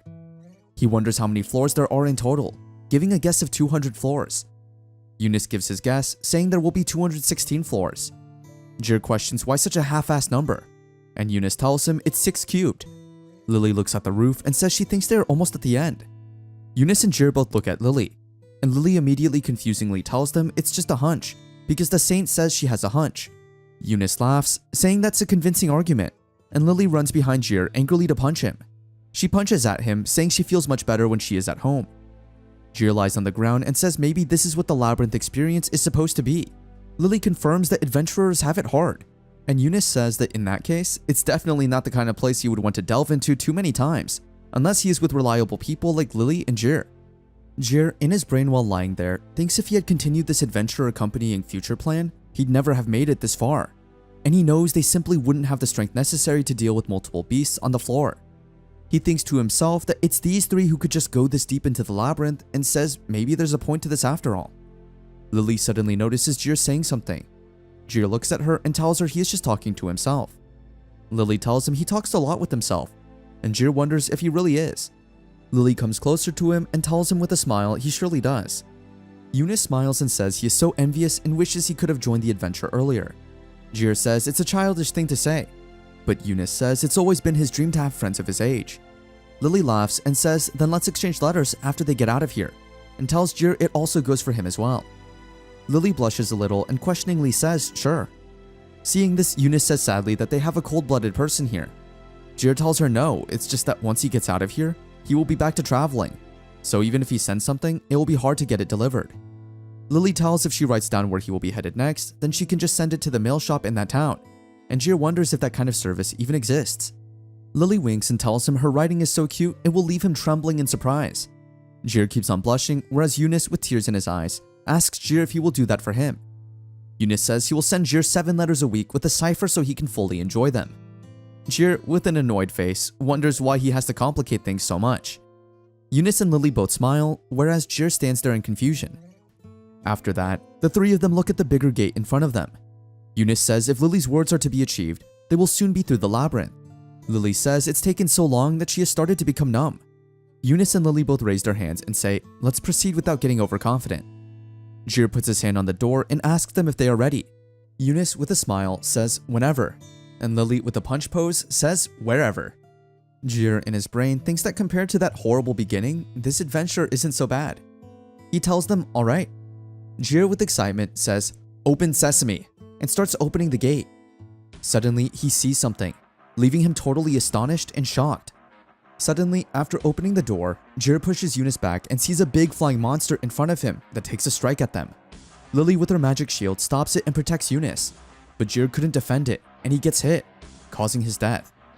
Suddenly, a magical event occurs, and Jir feels as if his soul is escaping. Time starts rewinding for a single second. Within Jir's shattered body and consciousness, one thing remains: his soul. There's a dazzling light in front of him that looks like it may explode, but Jir manages to reach out his hand as if grabbing hold of that soul. In a stance he had imagined countless times before, that he had visualized countless times before, so much happens within this short period. Jir uses his killer technique to strike that monster, and with his secret sword Eris, using his skill Moondream, he manages to kill the monster. Suddenly, he sits down, breathing heavily, covering his face with his hand, sweating immensely. He wonders what the hell just happened. He says he remembers the instant he entered the boss room and the floor boss caught him off guard with just one attack, killing him. He wonders how he is alive. He looks at his hand, shivering, as he hears Lily's voice telling Eunice not to move. Eunice lies there in blood, and Lily tells him he really overdid it, instructing Eunice not to talk as she uses her magic. And within seconds, Eunice is healed up. Eunice smiles and says he thought he was a goner for sure. He tells them he really was dead and informs Jir that it was just like he said. Pride leads to pain. Jir asks him what the hell happened earlier, and Eunice explains he turned back time by 1 single second. Lily and Jir look at Eunice with complete shock, and Lily asks if that's the new magic he mentioned before. Eunice laughs and says she got it right. It was the primary factor in him being certified as an archmage. He tells them it's a new technique he found at the very end of the stars. He looks at the roof, imagining stars, and says he usually has to pay more attention to the alignment of the stars and do a bunch of troublesome preparation to pull it off. But this time, he did it by force. He tells he can only rewind a brief amount of time, so he is really glad that Jir beat the floor boss in that single second window he could provide them. With a smile, he further says he is glad their struggle didn't prove to be in vain in the end, and tells Lily that if she had not protected him, he would not have been able to recite the full incantation. He tells her that the organs he blew up served as payment for the technique and would not have come back. Jir, sitting there, giggles as he suddenly notices the term organs. He wonders what that means, and Eunice, to explain, tells him that as this is a cave and he used that spell in a place with no mana from the stars, the only thing he could bet on was his own life force. With a laugh, he says the aftermath was pretty incredible, and his insides burst like a balloon with a resounding pop. Jir feels a little scared hearing this, and he tells Eunice that it sounds way too intense, and suggests he take a nap. Eunice thanks Lily for helping him, saying he is feeling downright invigorated. He mentions that people should be calling Lily a great saint rather than just a saint. Lily agrees, saying they should say that, as they already have a hero in an archmage, and she is the only one without a grand name. Lily looks at Jir, saying he can't say that now, not after losing like that. He thinks he was going to kick the bucket. He actually did, but if Eunice had not been there, he would have been dead. Lily also sits, looking a bit terrified, saying she is so discouraged that she does not want to move anymore. Eunice laughs loudly and says this is kind of getting hard. Jir with a straight face says thank you to both of them, and Lily and Eunice with a smile say he is welcome. The trio sits there together, tiredly on the ground. Eunice asks Jir if from here on out he thinks he can keep beating the floor boss like he did before. Jir thinks about it for a second and then lowers his head, saying he has no idea. With a sad face, he says he defeated the one just now with the effects of the awakening, and Eunice tells him he gets what he means. Lily with a smile says his rank rose immensely. Jir says at that time, he thinks he was able to immediately use time reversal because of the effects of the awakening right after the experience. 3 times now, folks like Jir have gone through something called the experience. Nobody's really put a clear definition on it, but whether you're facing life or death situations, or overcoming tough times, or even delving into the big truths like mages do, this experience thing happens. After going through it, people's abilities shoot up big time. For a short while, they get into this state called awakening, where they can do crazy things. Jir, for example, turned the whole battle around with one powerful strike, and that was probably because of this experience thing. And it's not just a short-term boost. Climbing up the ranks for a long time helps them grow in a huge way, putting them on a totally different level than before. Sure, if they keep growing the normal way, they could still get that powerful, but thanks to the experience, they fast-track their way there. Whether or not someone has had this experience really shows how good swordsmen and mages actually are. The experience makes the journey to becoming super powerful a whole lot quicker. Eunice looks upwards and Jir says, "Let's turn back." as he asks after having the experience if one's abilities increase, but the effects of the awakening have already dissipated. Eunice and Lily confirm it, and Jir thinks he can think of himself as having the same level of power as his master from the time when he fought the toxic dragon. Eunice asks him if he is confident that, without the effects of the awakening, he can encounter a floor boss. Jir, with a stressed face, tells him he is definitely not. In his brain, he thinks back to when he got split in two by that beam of light. It wasn't because he was being careless, but in a contest of pure strength, he was swatted like a bug. The world is a big place, and he is still inexperienced. It's because he is aware of that fact that he speaks with his head down, saying that while there is life, there is hope, and it might take them a while to get back to the surface. He lifts up his face and says that is far better than never making it back. Eunice finds it a reasonable suggestion, as he would like to do that, but he asks Lily if she has something in mind. He asks her if she knows how powerful the recent floor boss was. Lily thinks about it and then says it was a middle beast. Jir looks at her in shock, and she tells him furthermore, it was below average in terms of combat ability. Listening to this, Jir feels traumatized as he didn't imagine how powerful they are. Lily begins to explain that orchestras are a species of words, and handling them is incredibly difficult because each falls between a lesser and middle apocryphal beast in its own right. According to Rasti, they operate in groups, and if their commander is taken down, victory becomes attainable. Jir and Eunice contemplate this, and Eunice questions if Rasti is genuinely about to come. Lily expresses uncertainty, prompting Jir to wonder if it might be a different species. However, Lily asserts her certainty, explaining that apocryphals always have a number written on their bodies, indicating their species, and in this case, it's an orchestra. Jir reflects on Lily's earlier statement, acknowledging that it's classified as a middle apocryphal beast, yet in terms of strength alone, it appears to be a lesser beast. Despite attempting humility, Jir realizes he overestimated his own strength and succumbed to pathetic pride. He grapples with the realization that there are individuals who never accept defeat and grow stronger, but he doesn't identify with that mindset. Observing Jir lost in thought, Lily wonders if he is feeling depressed. Meanwhile, Jir contemplates whether the beast that killed him was one of the less powerful types. Despite his attempt at humility, he acknowledges his own foolish overestimation of strength. As Lily looks at Jir, who is seemingly lost in thought, she wonders if he is on the verge of tears. However, Jir clarifies that he is not depressed. He suggests that given their potential inability to handle a greater apocryphal beast, it would be prudent for them to turn back. Eunice agrees with Jir, and Lily inquires if something is bothering Eunice. He concurs and raises a question about the third boss floor. Specifically, Eunice asks if Jir personally defeated it. Jir confirms this and details how the floor collapsed due to Godok's magic sword, leading to Jir killing the monster while falling. Eunice seeks clarification on whether the third floor boss fell with Jir and engaged in a fight rather than simply perishing after leaving the boss chamber. Jir affirms that they both fell from the boss chamber. Eunice inquires if the floor boss had a number written on it, prompting Jir to jot down the number, after which Eunice seeks Lily's input on the matter. Lily examines the number and states that it belongs to one of the lesser beasts, but it possesses considerable power, even surpassing that of the nightmare. Eunice adds that in essence, the beast Jir defeated wasn't the third floor boss. This revelation leaves Jir in complete shock as he grapples with the implications. However, the deeper one ventures into the labyrinth, the more potent the floor bosses become. There are no exceptions to this rule, and depending on one's capabilities, the difficulty of defeating them may fluctuate. This also implies that the mana contained within their bodies increases with each descending floor. Eunice raises his finger and notes that Jir encountering such a formidable opponent on the third floor is peculiar, marking just the beginning of the bizarre occurrences. He mentions the typical rule that floor bosses can't leave their designated boss chambers. Although he acknowledges he doesn't fully understand the workings, Eunice emphasizes that it's a fundamental characteristic of the labyrinth, and even middle apocryphal beasts adhere to this rule. Eunice points out that in fact, the orchestra didn't attack until Jir opened the door, raising the question of how a weaker apocryphal beast managed to emerge from the boss chamber and transform upon encountering them. Eunice proposes the simplest hypothesis. The third floor boss was an apocryphal beast freed from the labyrinth's rule. Jir reacts with shock, and Eunice, gesturing with his finger, suggests that the bonds of the labyrinth are weakening. Jir questions if that means the beast might not be able to maintain their mana outside the labyrinth, to which Eunice admits he has no idea. He shares historical context, explaining the apocryphal era when monsters roamed outside labyrinths and were humanity's formidable neighbors, predating their births. Jir, visibly stressed, queries whether such an era could occur nowadays, considering it happened so long ago. Eunice conveys that, in a worst-case scenario, it could happen, as they currently face an apocryphal beast. He mentions the belief that the apocryphal era could be reenacted, considering it happened so long ago. Eunice conveys that, in a worst-case scenario, it could happen, as they currently face an apocryphal beast. He mentions the belief that the apocryphal era could be reenacted, leaving Jir unable to comprehend the situation. Jir questions if Eunice might be overthinking, suggesting that perhaps the third floor boss was a unique case.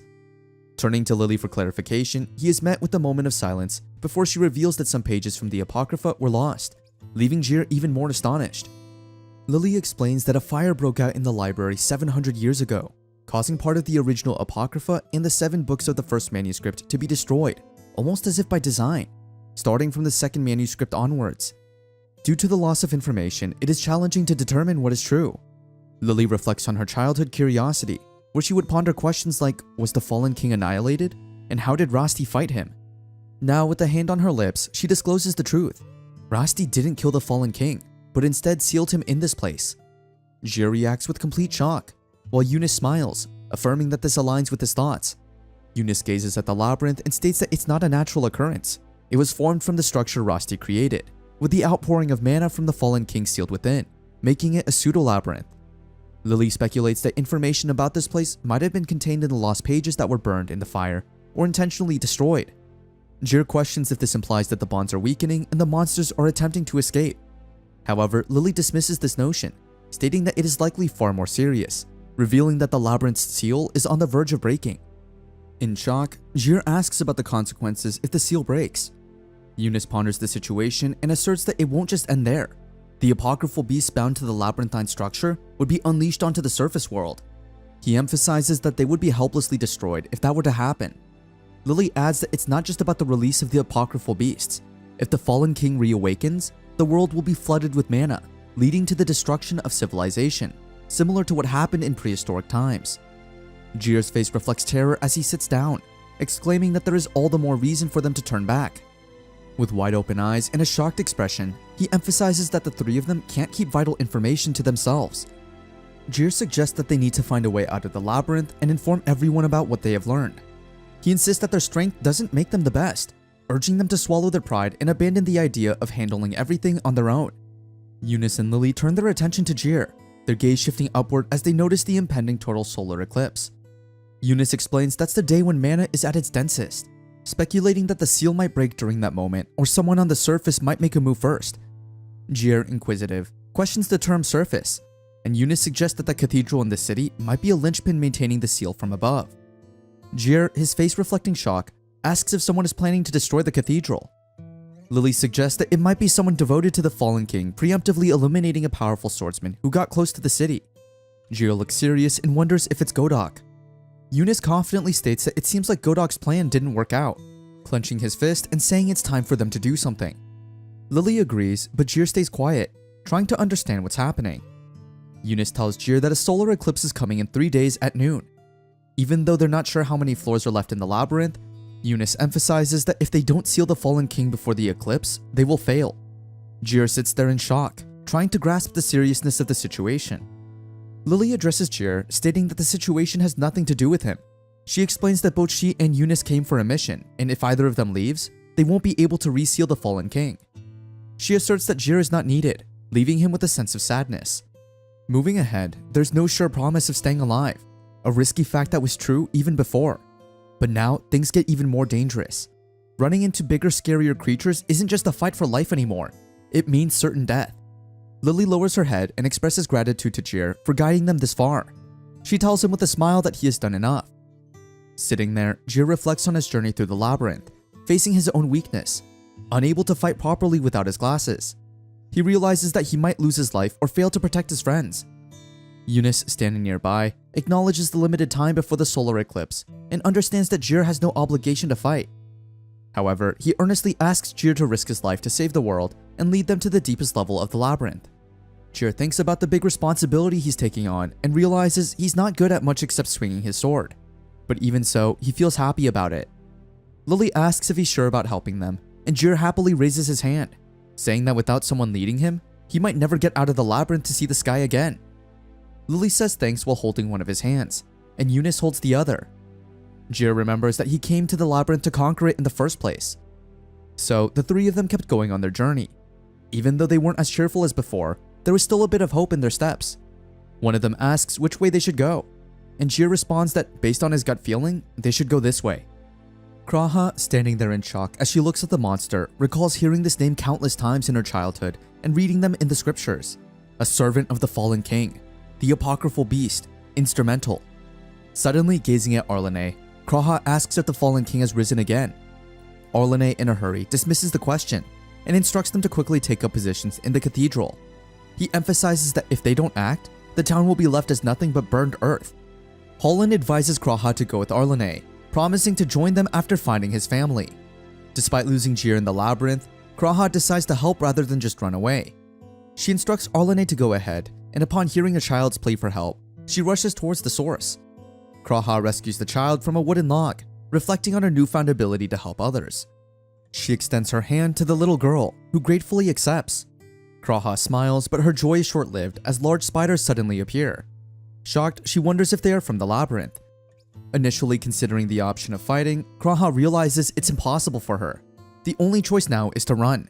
And just in time, a group of adventurers arrive to protect her. Archers shoot arrows at the spiders, coming to Kraha's aid in the nick of time. Everyone looks surprised as they watch Kraha. Suddenly, Holland shows up and asks how everyone is doing. He says he already took Kraha to the cathedral. Out of nowhere, one of the adventurers grabs Holland and angrily asks why Kraha is still there. Holland explains that he gave her a chance to leave, but she decided to stay. To him, Kraha reminds him of how they used to be, without much power or experience, but determined to keep going. With a smile and memories in his eyes, he talks about Kraha as someone who faced rejection, but kept trying different things, showing strong persistence. He talks directly to Kraha, saying he believes she'll become a great adventurer someday. The adventurer angrily declares that Kraha shouldn't let herself become corrupted like they were, before she gets so entangled that she can't escape anymore, before she turns into a pitiful washed-up adventurer just like them. Kraha finally speaks, asserting with a strong tone that she won't run away. The adventurer appears disappointed, while Holland smirks. Kraha questions if the same doesn't apply to them. Otherwise, they wouldn't be fully armed and asks if they plan to fight. The adventurer responds affirmatively, stating that they have to fight because if they don't, who will? He emphasizes the importance of protecting the family that lives in the city. Holland observes everyone's high morale and reveals to Kraha that because they wanted to help the next generation, as they found their footing in times of need, they decided to name their guild Future Plan. He admits that they may have lost all their pride and tells Kraha not to die. Kraha, after bidding farewell to the little girl with a smile, sits there looking at what is happening everywhere with an expressionless face. During that time when the adventurers are making a move, Godok sits inside the dark cave alone with his magic sword in his hand, ready to take action. The adventurers keep fighting along with archers, killing monsters and trying to save the city. Kraha helps the normal people to take shelter in the cathedral, everyone fighting to save the city. Suddenly, a flash appears, and she thinks a flash bomb can slow only a monster around, but that's more than enough. The adventurers shout that the 5th Street is all clear, and inform that backup is needed in the east side. Kraha, standing there, suddenly sees the flying monster. She shouts at Holland to look out for the bird. Holland realizes the bird's feathers are as hard as steel, and suddenly, when he was going to fall from such a high place, somehow Kraha manages to catch him and save him from the damage it could have caused. Holland sits there with his hand on his head, and Kraha asks him if he's fine. Holland thanks her for saving him and tells Kraha to brace herself because they are looking death in the face. The bird looks at them with scarred eyes and big sharp teeth. Holland says it looks like they've finally got its attention and suddenly shouts Holland's name. Holland looks at them, and these are a few archmages who, using their power, tie the monster. Kraha, with happiness, says they caught it, but Holland shouts it's too early to celebrate. Holland shouts at the archers to hit the monster with arrows so that its mobility is reduced and doesn't give time to it. All the archers start shooting arrows at it, and the bird totally covers itself without any movement. Kraha notices the strategy on the flying bird is attacks from all sides aimed at the wing. Holland runs near the bird to shoot his arrow, thinking no matter how sturdy those feathers are, if it takes an arrow at point-blank range, it will end. But suddenly, Kraha notices the fire starting to glow inside the monster's mouth as her eyes remain wide open. She realizes it's not right, and the instrumentals are dragons who can breathe fire. She shouts, telling Holland that it's going to breathe fire. Immediately, Kraha runs to save Holland, coming in front of him to shield him from the fire. She shouts at Holland to move as she gets herself burned in the process. She recalls the time when Jir told her about the cards, emphasizing that no matter how useless she thinks her cards are, there's always a situation when she can use them in a team battle. Covered in flames, she screams as the fire burns her repeatedly, reflecting on the childhood dreams she had while reading about such adventures. Holland, with his mighty bow, faces the monster breathing fire. He employs his skill, the king of the wind, and destroys the monster completely. He looks at Kraha, asking if she is still alive. With a low voice, Kraha answers him, saying yes. She lies there motionless, her body burned. Holland smiles at her and asks her not to move. The adventurer tells him that he will get a healing mage from the cathedral to come and heal them. Holland looks at Kraha with a proud face and tells her she is doing a great job. Without her, he would not have killed the beast. Kraha giggles in pain as Holland says they will take care of the rest and asks her to just rest there. Kraha closes her eyes, her shaky voice showing gratitude to Holland. However, Holland suddenly sees many bats coming towards them, leaving him in shock.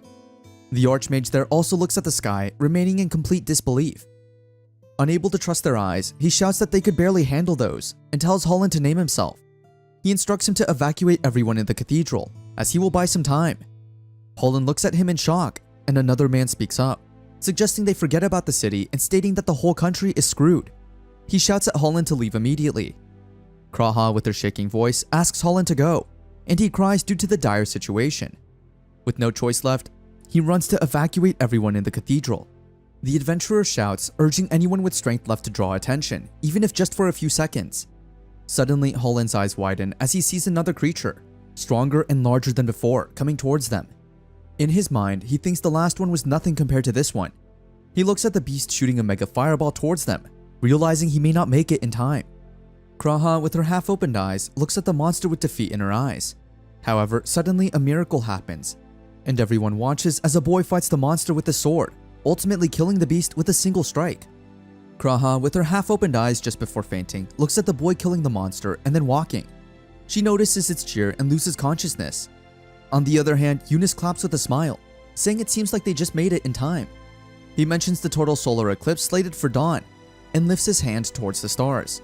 Eunice questions how about showing everyone his true power, earned through many trials and tribulations as the Archmage of the Stars. He uses his skill, causing a rain of meteors on the monsters. Meanwhile, on the other side, Lily raises her hand, informing Arlene that she is back. Arlene runs towards her, realizing it's the Saint. Lily apologizes for being late, and Arlene asks where in the world she was. Lily urges Arlene to leave the discussion and lecture for later, heading to the back room. Lily informs Arlene about the current state of the city, revealing many casualties and extensive damage. She mentions that 3 routes leading to the cathedral have been secured, but due to the large outbreak of beast birds, she leaves everything to Arlene, admitting she's not good at that stuff. Lily looks upward, expressing her intent to fix the situation.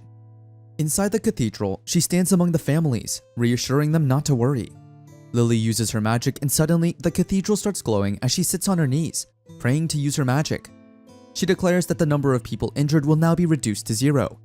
A big flash occurs, healing all the people in the city. Kraha wakes up, finding herself totally fine with her injuries vanished. Similarly, Holland and all the other adventurers also realize they are healed. Holland and Kraha look at Jir as he apologizes, and, with a smile, mentions that he got lost. Jir reflects on the challenge of checking every passage without a wink of sleep or even a break, hunting down every monster in sight for 3 days continuously. He takes a deep breath and then shouts, asking Kraha where she is. Kraha, looking disappointed, gazes at him from behind and informs him that she is here. Jir approaches her, attempting to recognize her face, while Kraha wonders if something is wrong. Jir, seeing Holland, recalls the face and asks Kraha what's happening. In a whisper, Eunice had informed him that she is the only one on their side. Kraha explains that the entire city evacuated to the cathedral. When the beasts attacked, they secured escape routes and aided those who couldn't get away in time. However, apocryphal beasts appeared, and without Jir's timely arrival, they would have been in great peril. Jir inquires about her knowledge and whether they found the leader. Kraha, still in shock about the leader, says she doesn't know anything. Jir then asks Kraha to lead him to the cathedral, and she confirms. Meanwhile, Holland, standing behind them, asks what he should do. Jir, feeling anger, remains silent. Holland offers help, but Kraha reassures Jir that none of them will run away.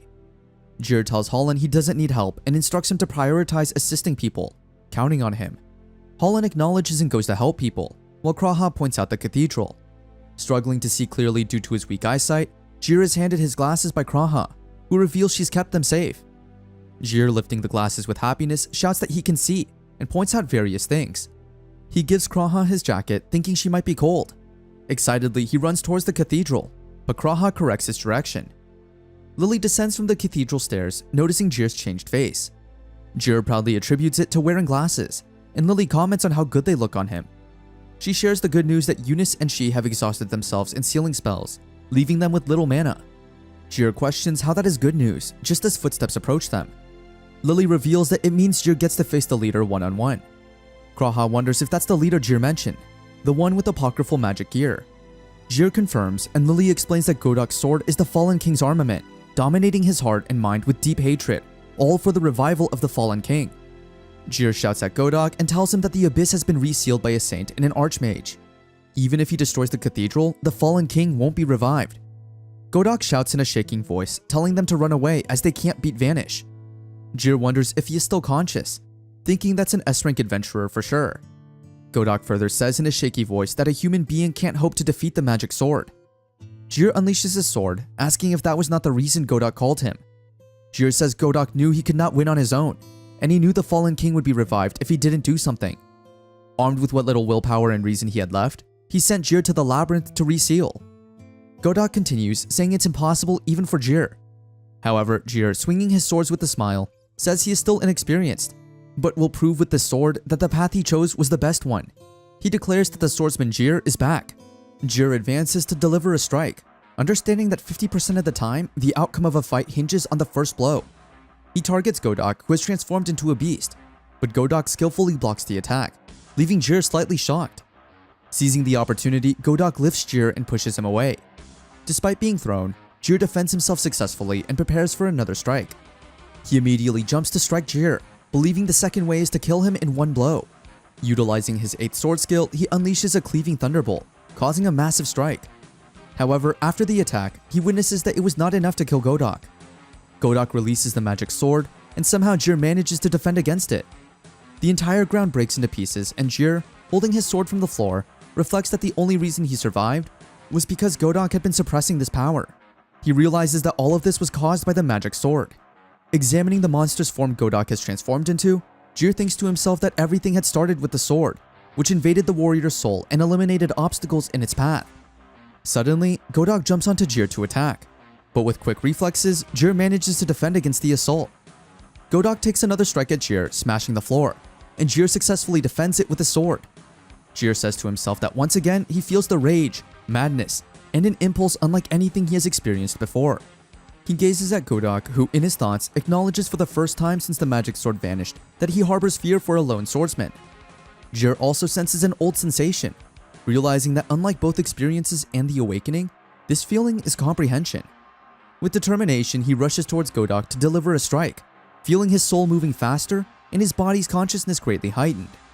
Jumping and charging at Godok, Jir believes this is how a sword should truly be wielded. As he approaches Godok, the latter attacks with his magic sword, but Jir's flash speed enables him to see and successfully defend against it. Godok seizes Jir, but Jir takes advantage of the situation, acknowledging that he could not have reached this level on his own.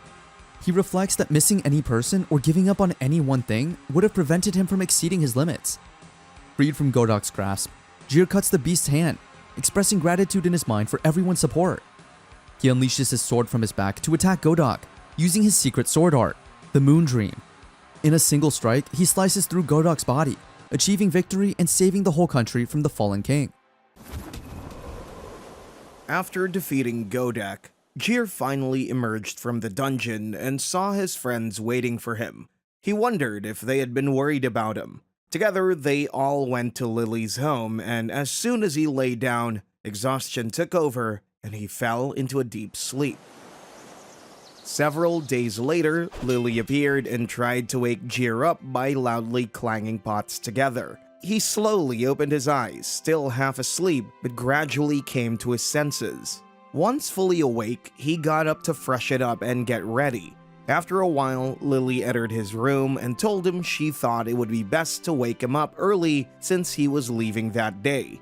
Jir smiled and thanked her. As he reached out for a handshake, she suddenly rushed off to prepare breakfast. He let out a deep sigh, thinking how nice it was to see Lily wearing an apron. In his mind, he tried to push the thought away because of the tense atmosphere, but he couldn't help but feel frustrated at whoever had once said she was an 80-year-old married woman. It was his own thoughts. He would definitely set them straight. Once again, it was his own thoughts.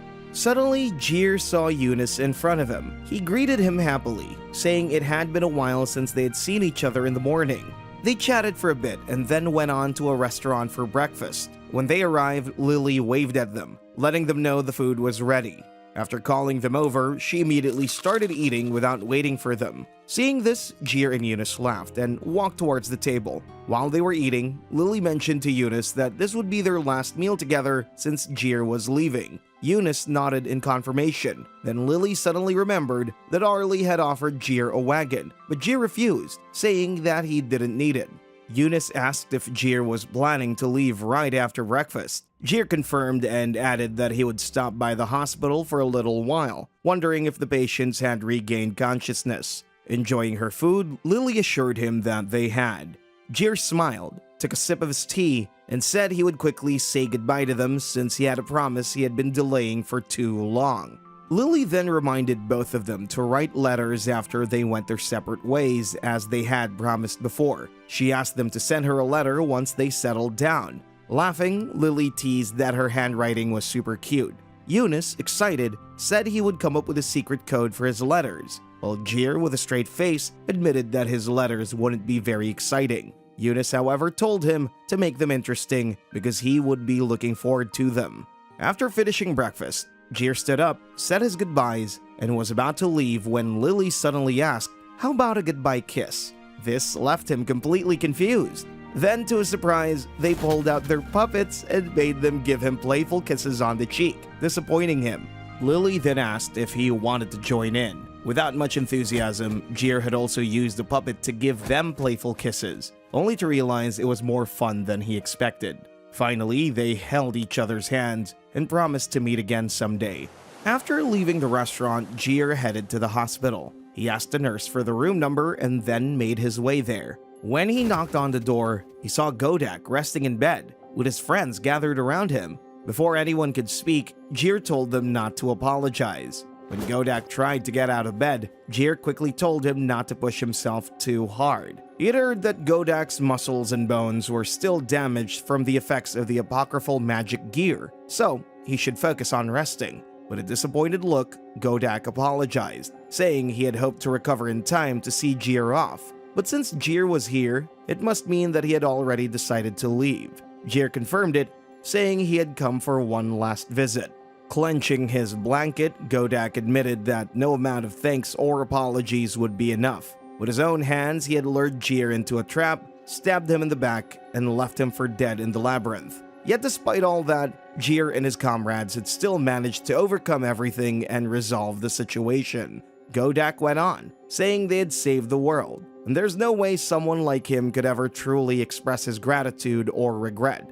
Gathering his courage, he added that if there was any way Jir wanted him to repay him, he would do it, even if it cost him his life. Jir, however, refused. He said he didn't care about any of that. He admitted that when Godak nearly killed him, he had thought about taking revenge and beating him to a pulp, but in the end, he had no choice but to move forward. Godak sighed sadly and agreed, saying that if he had made even one wrong move, things could have turned out very differently. In the days that followed the incident, some members of Godak's party, including a few who were present there, came to visit him. They apologized repeatedly for their actions, saying they felt ashamed of their cowardice and the crimes they had committed. They believed they could no longer call themselves adventurers. However, Jir told them he didn't care about any of that. He reminded them that he hadn't dragged anyone into this situation. Godak was shocked to hear this, realizing just how calm Jir was.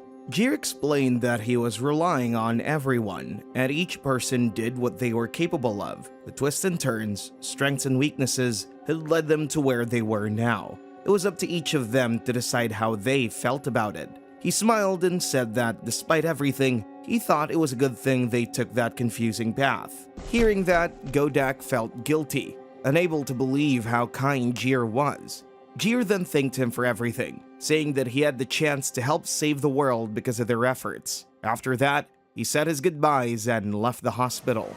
When Jir finally reached his village, he was surprised to hear people calling him a hero. Confused about what was going on, he looked around. He greeted a woman named Arlenade, who served under Lily. She told him that since he had taken such good care of their saint, they felt it was only right to address him with a formal title as a sign of gratitude. Jir thought she seemed like a kind person, Arlinate then asked if there was anything she could help him with. He asked if she knew where Kraha was. Hearing this, she immediately shouted, asking if anyone knew where Kraha was, since Sir Jir had business with her. A woman nearby replied that Kraha would be back soon. With a satisfied nod, Arlinate excitedly told Jir that she had done her part and would now return to her work. Jir sat there awkwardly, feeling embarrassed by all the attention. Just then, he noticed Holland. They locked eyes. Jir was surprised to see him in different clothes. Holland, noticing Jir's expression, confirmed that he was heading out. Then he asked if Jir had visited Godak yet. Jir nodded, saying that he had seen him earlier and that Godak had kept saying that he could never thank him enough. Jir added with a sigh that he had already heard that at least 100 times. Changing the subject, he asked Holland about his exploration. Holland smiled and said it was going well. Since the Fallen King had been resealed, the mana that had been leaking out was starting to fade. This made progress much easier. However, he admitted that the interior was still extremely complex, so they couldn't just rush through the deeper floors. Jir advised him to be extra careful when going through the door he had previously reported, as there might still be one weak enemy left behind. Holland smiled and assured him that he would be cautious, as he was joining the first survey team. Jir nodded with a grin, agreeing that it was always better to have a strong group when dealing with apocryphal beasts.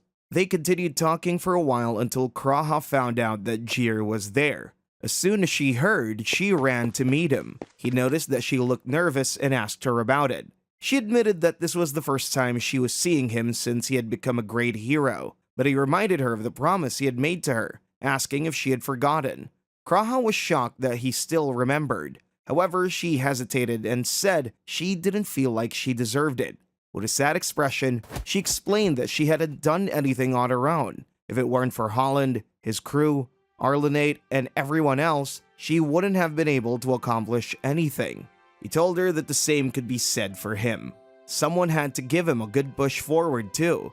He added that he had only done what was within his ability. Hearing his words, Kraha suddenly started crying. Jir gave her a warm smile and told her that from now on, he would continue doing what he could. During the battles to subjugate and investigate the apocryphal gear and the beast that had escaped the seal, as well as the difficult times that might come, he would rely on the warriors who could survive alongside him. So, as he said, it was fine to reach out for help when needed. Then he held out his hand and asked if she would help him. He admitted with a small smile that he had a terrible sense of direction and wouldn't be able to make much progress on his own. Kraha looked at him with tears streaming down her face. She had always dreamed of becoming an adventurer. Jir then made her an offer. If she helped him on his journey, he would teach her the sword in exchange. She stared at his hand, remembering how when she was younger, she always doubted whether she was worthy of such an opportunity. But now, she made her decision. She took his hand, smiling as she tried to stop her tears. Then, with determination in her voice, she said she would love to help, vowing to never give up. 3 years ago, Jir met a girl who noticed that he had not eaten anything except dirt for 3 days. At the time, he was holding a sword, and she thought it might be dangerous for someone like him to be wandering around town while barely able to stand. Thinking it would be better to take him in, she told him not to cause any trouble. Hearing her kind words, Jir felt tears welling up in his eyes, touched by her generosity. He asked for food, and she invited him inside. Grateful, he thanked her and introduced himself as Jir, the Dragon Slayer. Trying to impress her, he exaggerated his skills, boasting that if she ever needed his help, she only had to ask. In the present time, Jir was sitting in a carriage, writing a letter to his friends, Lily and Eunice. He told them that he was now in the eastern country and had come to see an optician, but unfortunately, the optician had gone out of business permanently. He then asked how they were doing and if they had taken on any students. Next, he wrote a personal reply to Lily, explaining that the way he spoke and the way he wrote were just different. In his reply to Eunice, he admitted that the secret code in Eunice's letter was too difficult for him. Even after a whole week, he still hadn't figured it out. After finishing his letters, he took a moment to read the ones that he had received from them. As he read, a smile appeared on his face, and he gently closed the letters, feeling happy. However, after that, their carriage came to a stop. Kraha informed Jir that there was a monster up ahead, so the road had been temporarily closed. Jir asked if they would still be able to walk the rest of the day. Kraha nodded and explained that, according to the map, there was a path they could follow on foot. Jir smiled, realizing that it had already been 2 weeks since they left the city.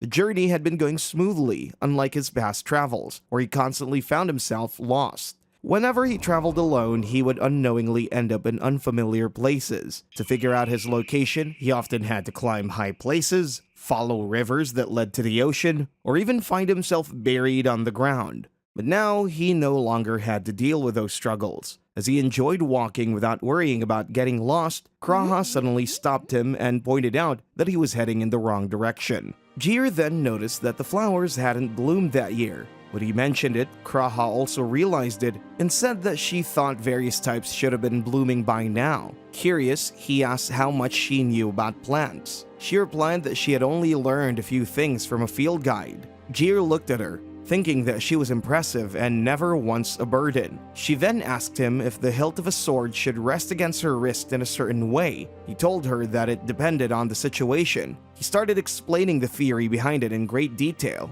leaving her confused. After finishing his explanation, he remembered how his master used to call him a pain in the ass. Now here he was, teaching swordsmanship himself. After taking notes on key points, Kraha thanked him for the lesson.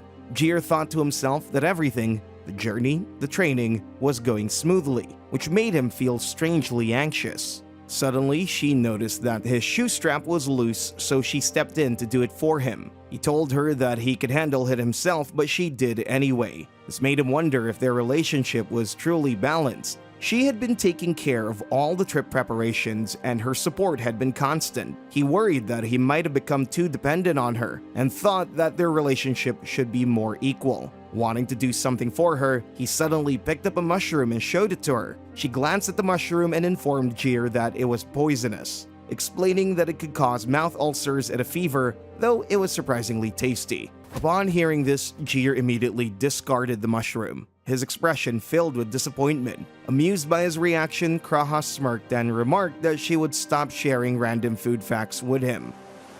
Suddenly, they noticed a strange pattern on the soil, which left both of them shocked. Jir turned to Kraha and asked what she thought about it. She touched the soil and observed that it looked like some kind of monster had slithered through the area.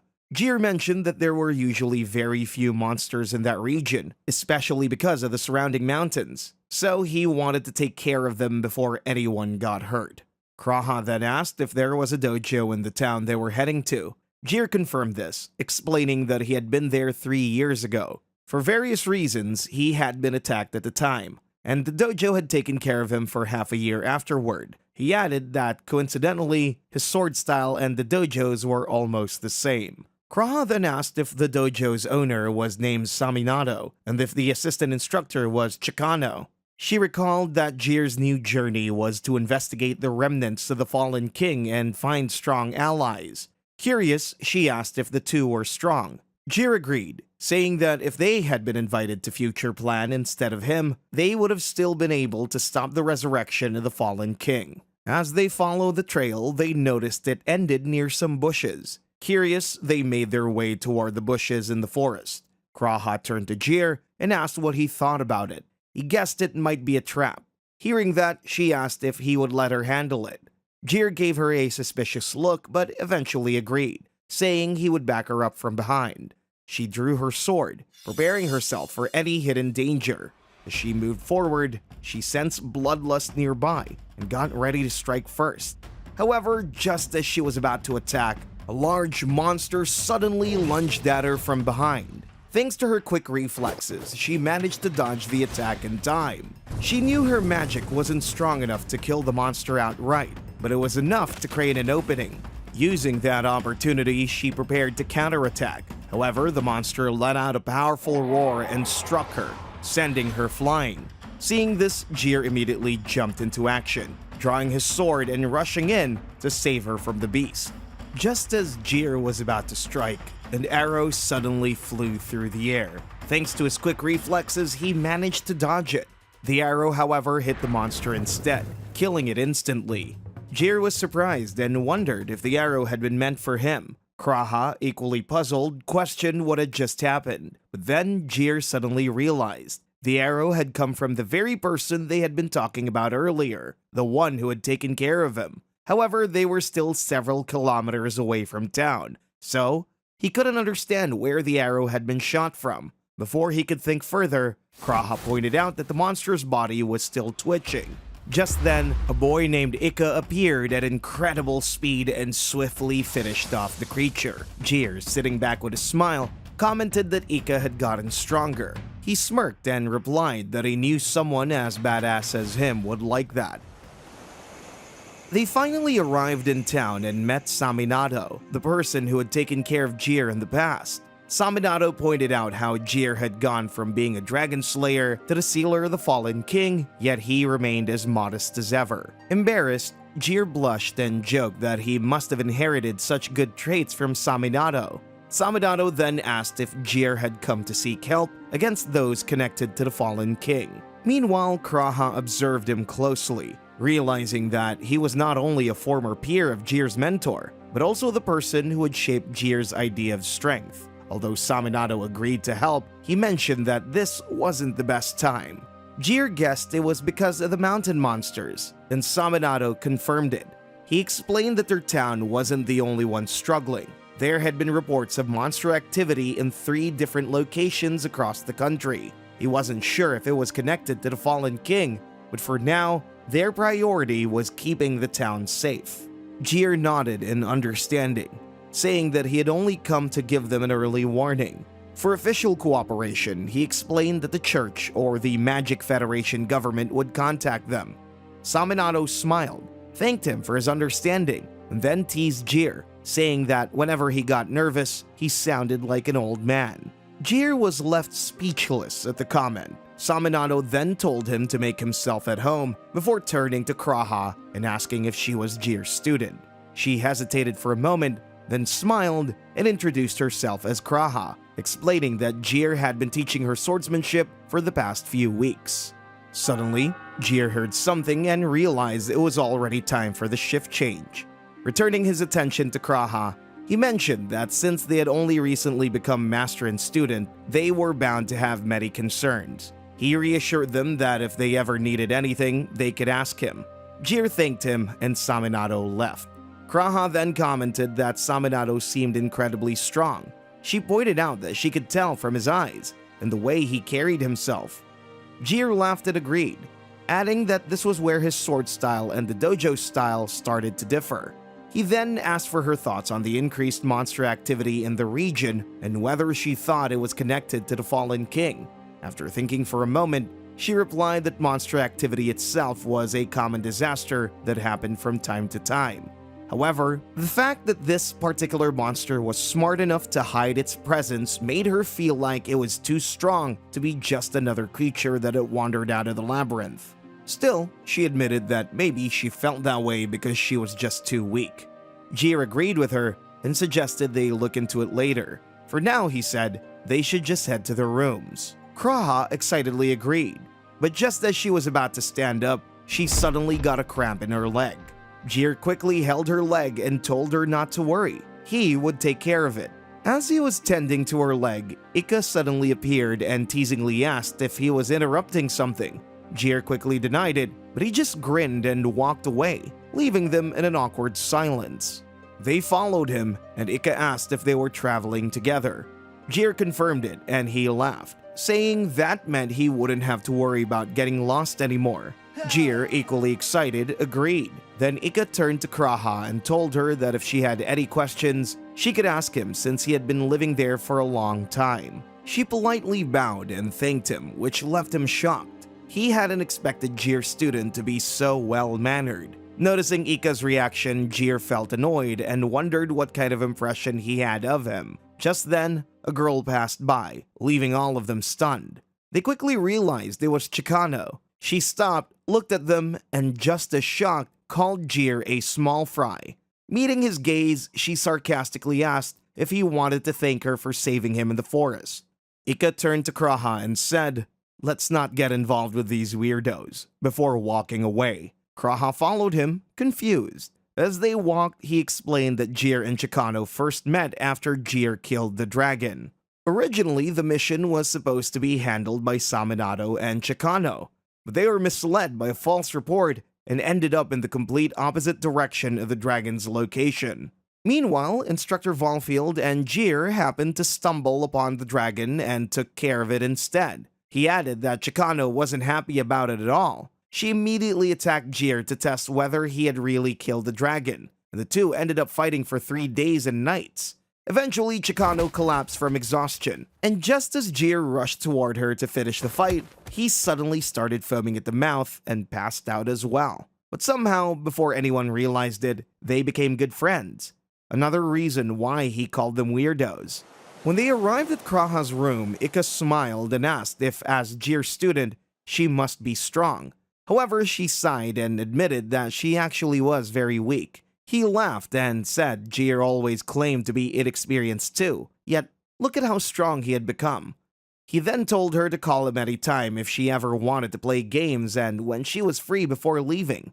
Kraha stood there, feeling a bit down, thinking that she really needed to work much harder. Meanwhile, Eunice was reading the letters he had received from Lily and Jir. He was surprised to learn that Jir had other friends besides him, especially since he had even sent Jir a book. In her letter, Lily mentioned that she was currently stuck at the church headquarters, joking that she was basically acting as a paperweight.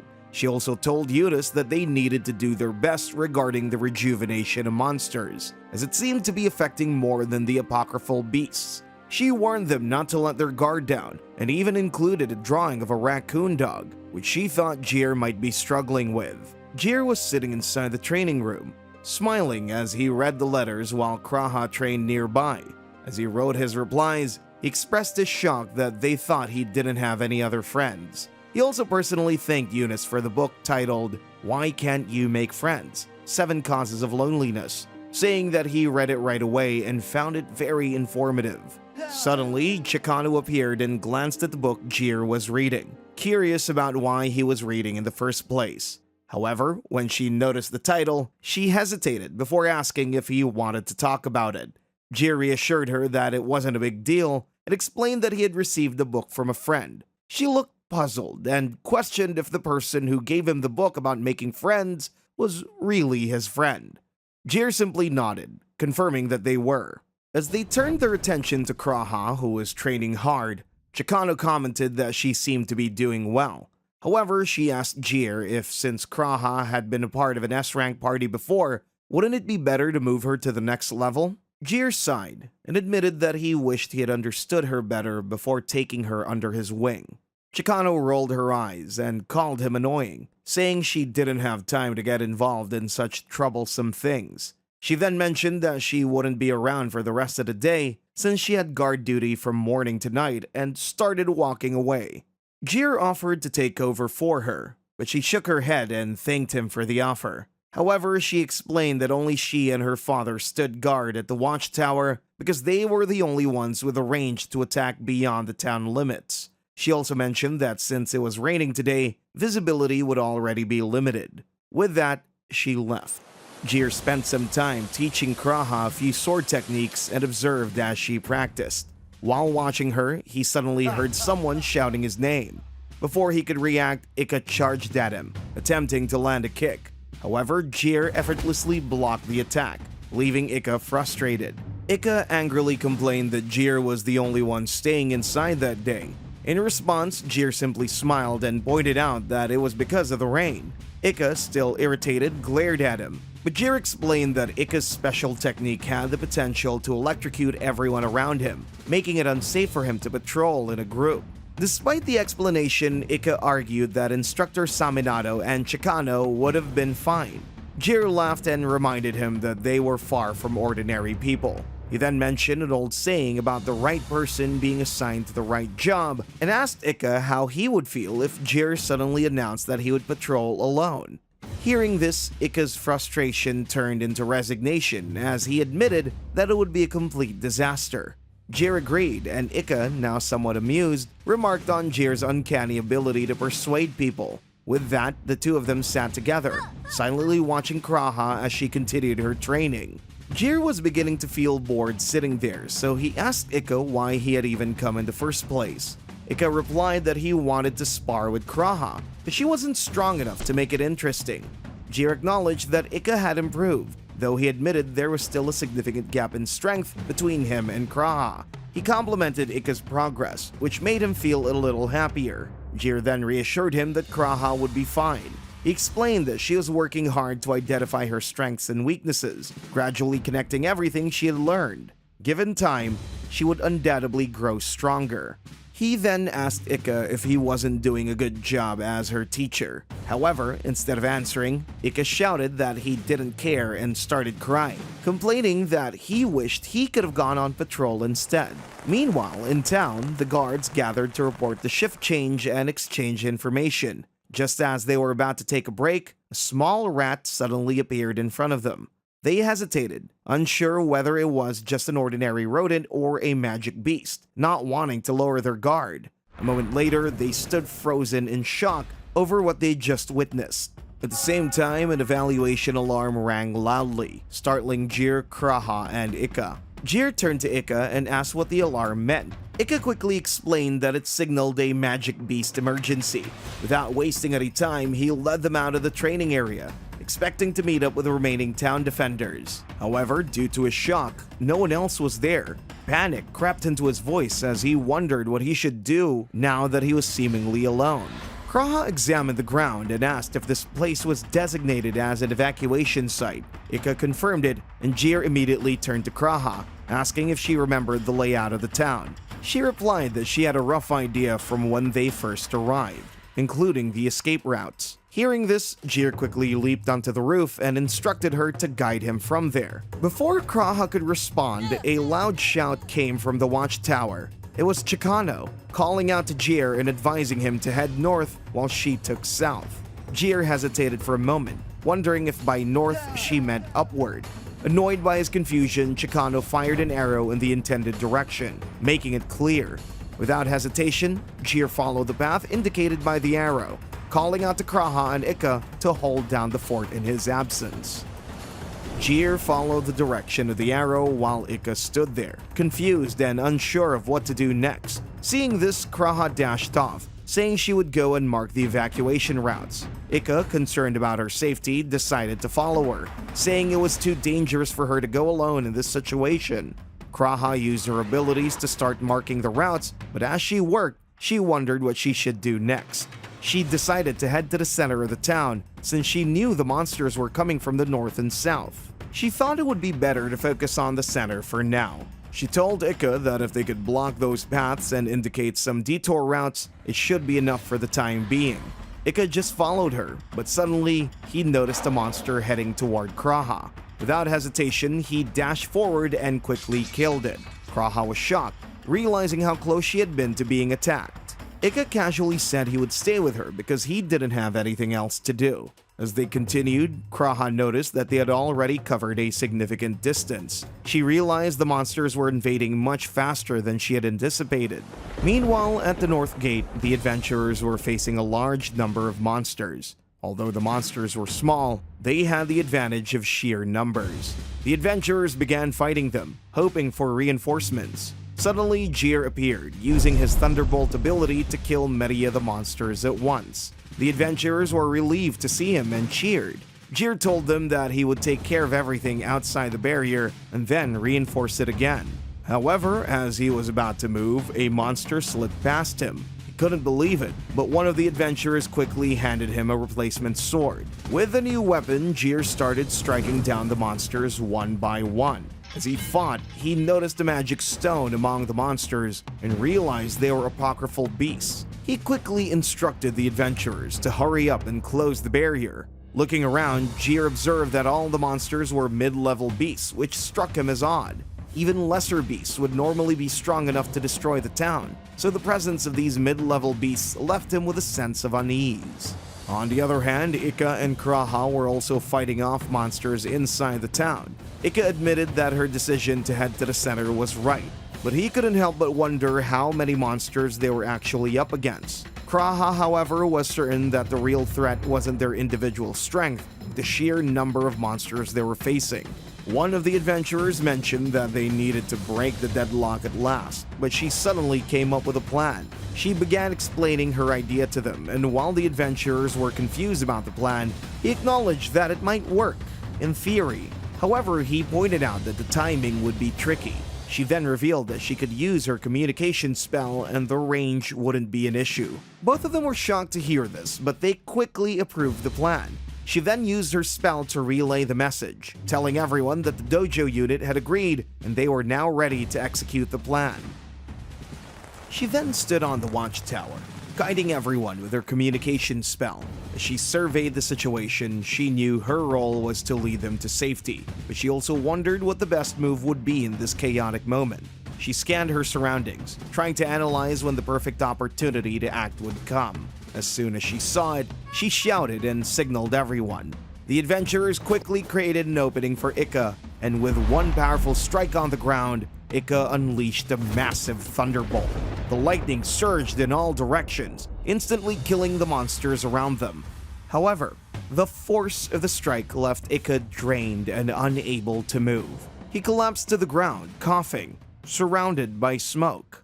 Despite his exhaustion, the adventurers cheered and celebrated Ika's success, praising him for his incredible feat. Ika, still sitting there in a daze, could hardly believe it worked. He was overwhelmed by the cheers, but was also unsure of what had just happened. Suddenly, he noticed something. A figure was walking nearby, and when their eyes met, Ika was stunned. He couldn't help but wonder if what was in front of him was truly a demon. As Ika stared at the demon, memories of his training surfaced in his mind. He recalled learning about the creatures they must never fight. The first creature was a dragon, a beast so powerful that only Jir and his master had ever managed to slay one. The second was a calamity spoken of only in legends, a creature that resembled a man but was not one. It was a demon. Seeing the demon standing before him, Ika was frozen in shock, unable to believe his eyes. From the watchtower, Kraha also stared in disbelief. The presence of a demon was something none of them had expected. Sensing the danger, an archer quickly released an arrow to distract the demon and draw its attention away from Ika. However, as the arrow neared the demon, it simply looked at it, and with a mere glance, the arrow shattered to pieces. The next moment, the demon unleashed its power, destroying the entire watchtower in an instant. Despite the sudden attack, Kraha and the others managed to land safely on the ground, avoiding serious injury. Ika sat frozen, staring at the demon, realizing that it was on a completely different level from anything he had ever faced. A deep sense of dread washed over him as he understood the horrifying truth. If they fought this creature, everyone would die. His mind flashed back to his childhood, memories of his training and fears resurfacing. But instead of giving in, he tightened his grip on his sword, determined to stop it. With a burst of resolve, Ika leaped into the air, aiming to strike the demon. However, before he could land a hit, the demon effortlessly swiped its tail, sending him crashing to the ground. As he struggled to recover, Kraha quickly stepped in front of him, standing her ground. She turned to him and urged him to get Jir while she held the demon off. Before she could respond, the demon moved with incredible speed, grabbing Kraha in its hand. Its piercing gaze bore into her, leaving her completely paralyzed with fear. Just as it seemed like all hope was lost, a sudden strike interrupted the demon's hold. Samanado had appeared, his blade slashing at the creature, forcing it to release Kraha. Still shaken, Kraha stood there in shock, struggling to process what was happening. Creatures like this only existed in fairy tales, so why was one standing before them now? Meanwhile, Samanado stepped forward without hesitation, facing the demon with unwavering determination. His eyes burned with resolve as he pointed his weapon at the monstrous being, making it clear that if the demon was looking for a fight, he would be the one to face it. Meanwhile, at the North Gate, Jir was still battling the creatures when he received news that a powerful demon had appeared in the center of the town, and that Master Samanado was fighting it. In the town center, Samanado struck the demon repeatedly, managing to injure it. However, due to its incredible regeneration, the wounds healed instantly, leaving the demon as strong as before. The battle between the two continued, with both exchanging fierce attacks. Kraha, watching the fight unfold, noticed that Samanado was clearly overpowering the demon. She held Ika in her lap, checking his condition, and saw that while he had injuries, none were fatal, meaning he would recover soon. Just then, Ika opened his eyes and insisted on helping. Kraha tried to stop him, but before she could react, the demon suddenly abandoned its fight with Samanado and flew straight toward them. Kraha froze as the demon roared, realizing the danger they were in, especially since Ika was still unable to move.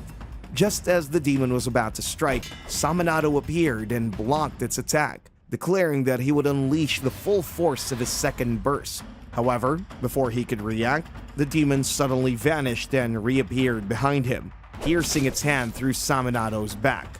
Samanado was stunned, unable to comprehend what had just happened. Kraha too was left in shock, unable to believe her eyes. One moment, the demon had been in front of them, and the next, it had teleported behind Samanado in an instant. Despite his injuries, Samanado attempted to continue fighting, refusing to give up. But before he could launch another attack, the demon struck with overwhelming power, completely destroying him. As Samanado fell, the demon let out a loud, menacing laugh, revealing its victory.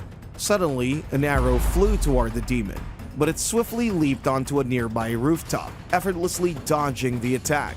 Instead of showing concern, it burst into loud laughter. Chicano, believing that reinforcements had arrived and that Jir would be there soon, fired multiple arrows at the demon. However, despite her relentless attacks, the demon easily avoided every shot, continuing to laugh mockingly.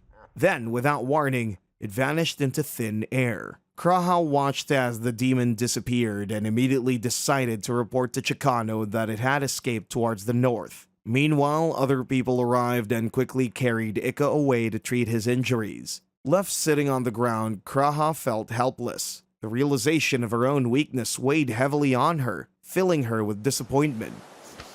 Several days later, Jir sat reading letters from Eunice and Lily.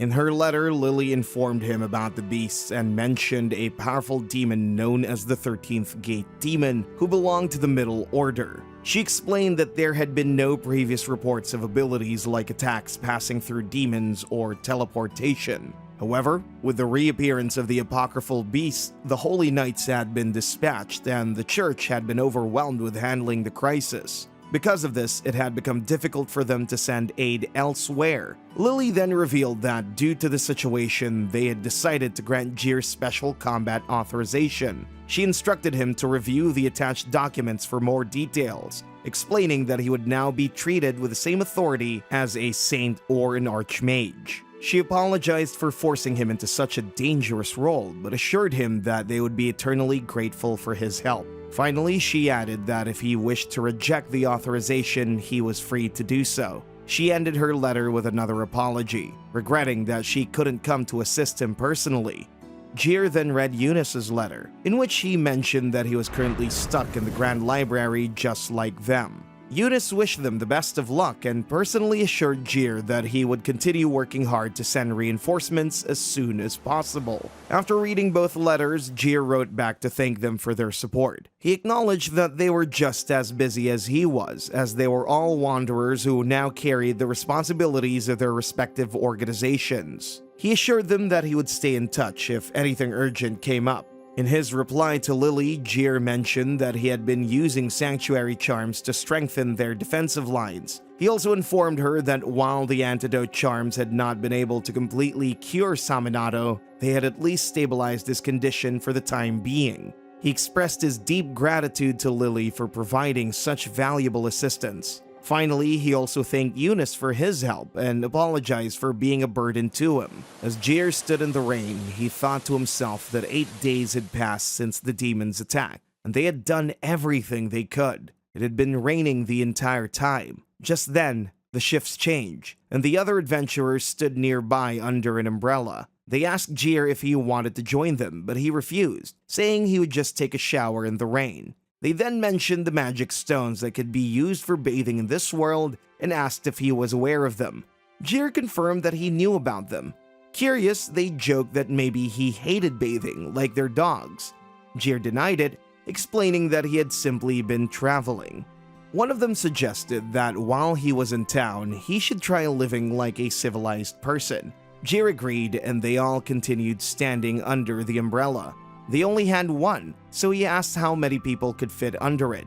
They explained that everyone had forgotten their umbrellas except for one person, and they confirmed that there was room for one more. Suddenly, Ika left and pointed to a girl standing alone in the distance with an umbrella. Jir looked over and saw that it was Kraha. Without hesitation, he walked toward her and held the umbrella for her.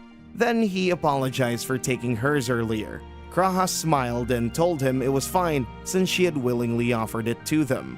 Jir then asked Kraha what she would be doing today. She told him that she would be on patrol duty starting at noon. However, she was more worried about him and Chikano since they were working 12-hour shifts. Jir admitted that it was tough, but he reassured her that in any battle, such hardships were common. He and Chikano had gotten good at recovering their strength. Still, he acknowledged that things were getting harder with time and they needed to take action. He then shared something from Lily's letter. According to the Apocrypha, these creatures were described as appearing in great numbers. At first, he thought it just meant a swarm of rats. But 2 days later, tigers appeared. The next day, rabbits showed up. Then came horses. And today, there were monkeys. He explained that all of them had identical numbers and markings, as if they were the same type of beast. Meanwhile, Kraha was writing down the notes as she asked if it meant that there were many different species. She was deep in thought, and Jir explained that they couldn't keep doing what they were doing. At the same time, they couldn't launch an all-out attack without a trump card. She agreed with him. Noticing that she was deep in thought, Jir asked what was on her mind. Kraha explained that all of the species seemed to be moving in one common direction, either northeast or east-north. She wondered if it was possible that the apocryphal beasts were hiding somewhere in that area.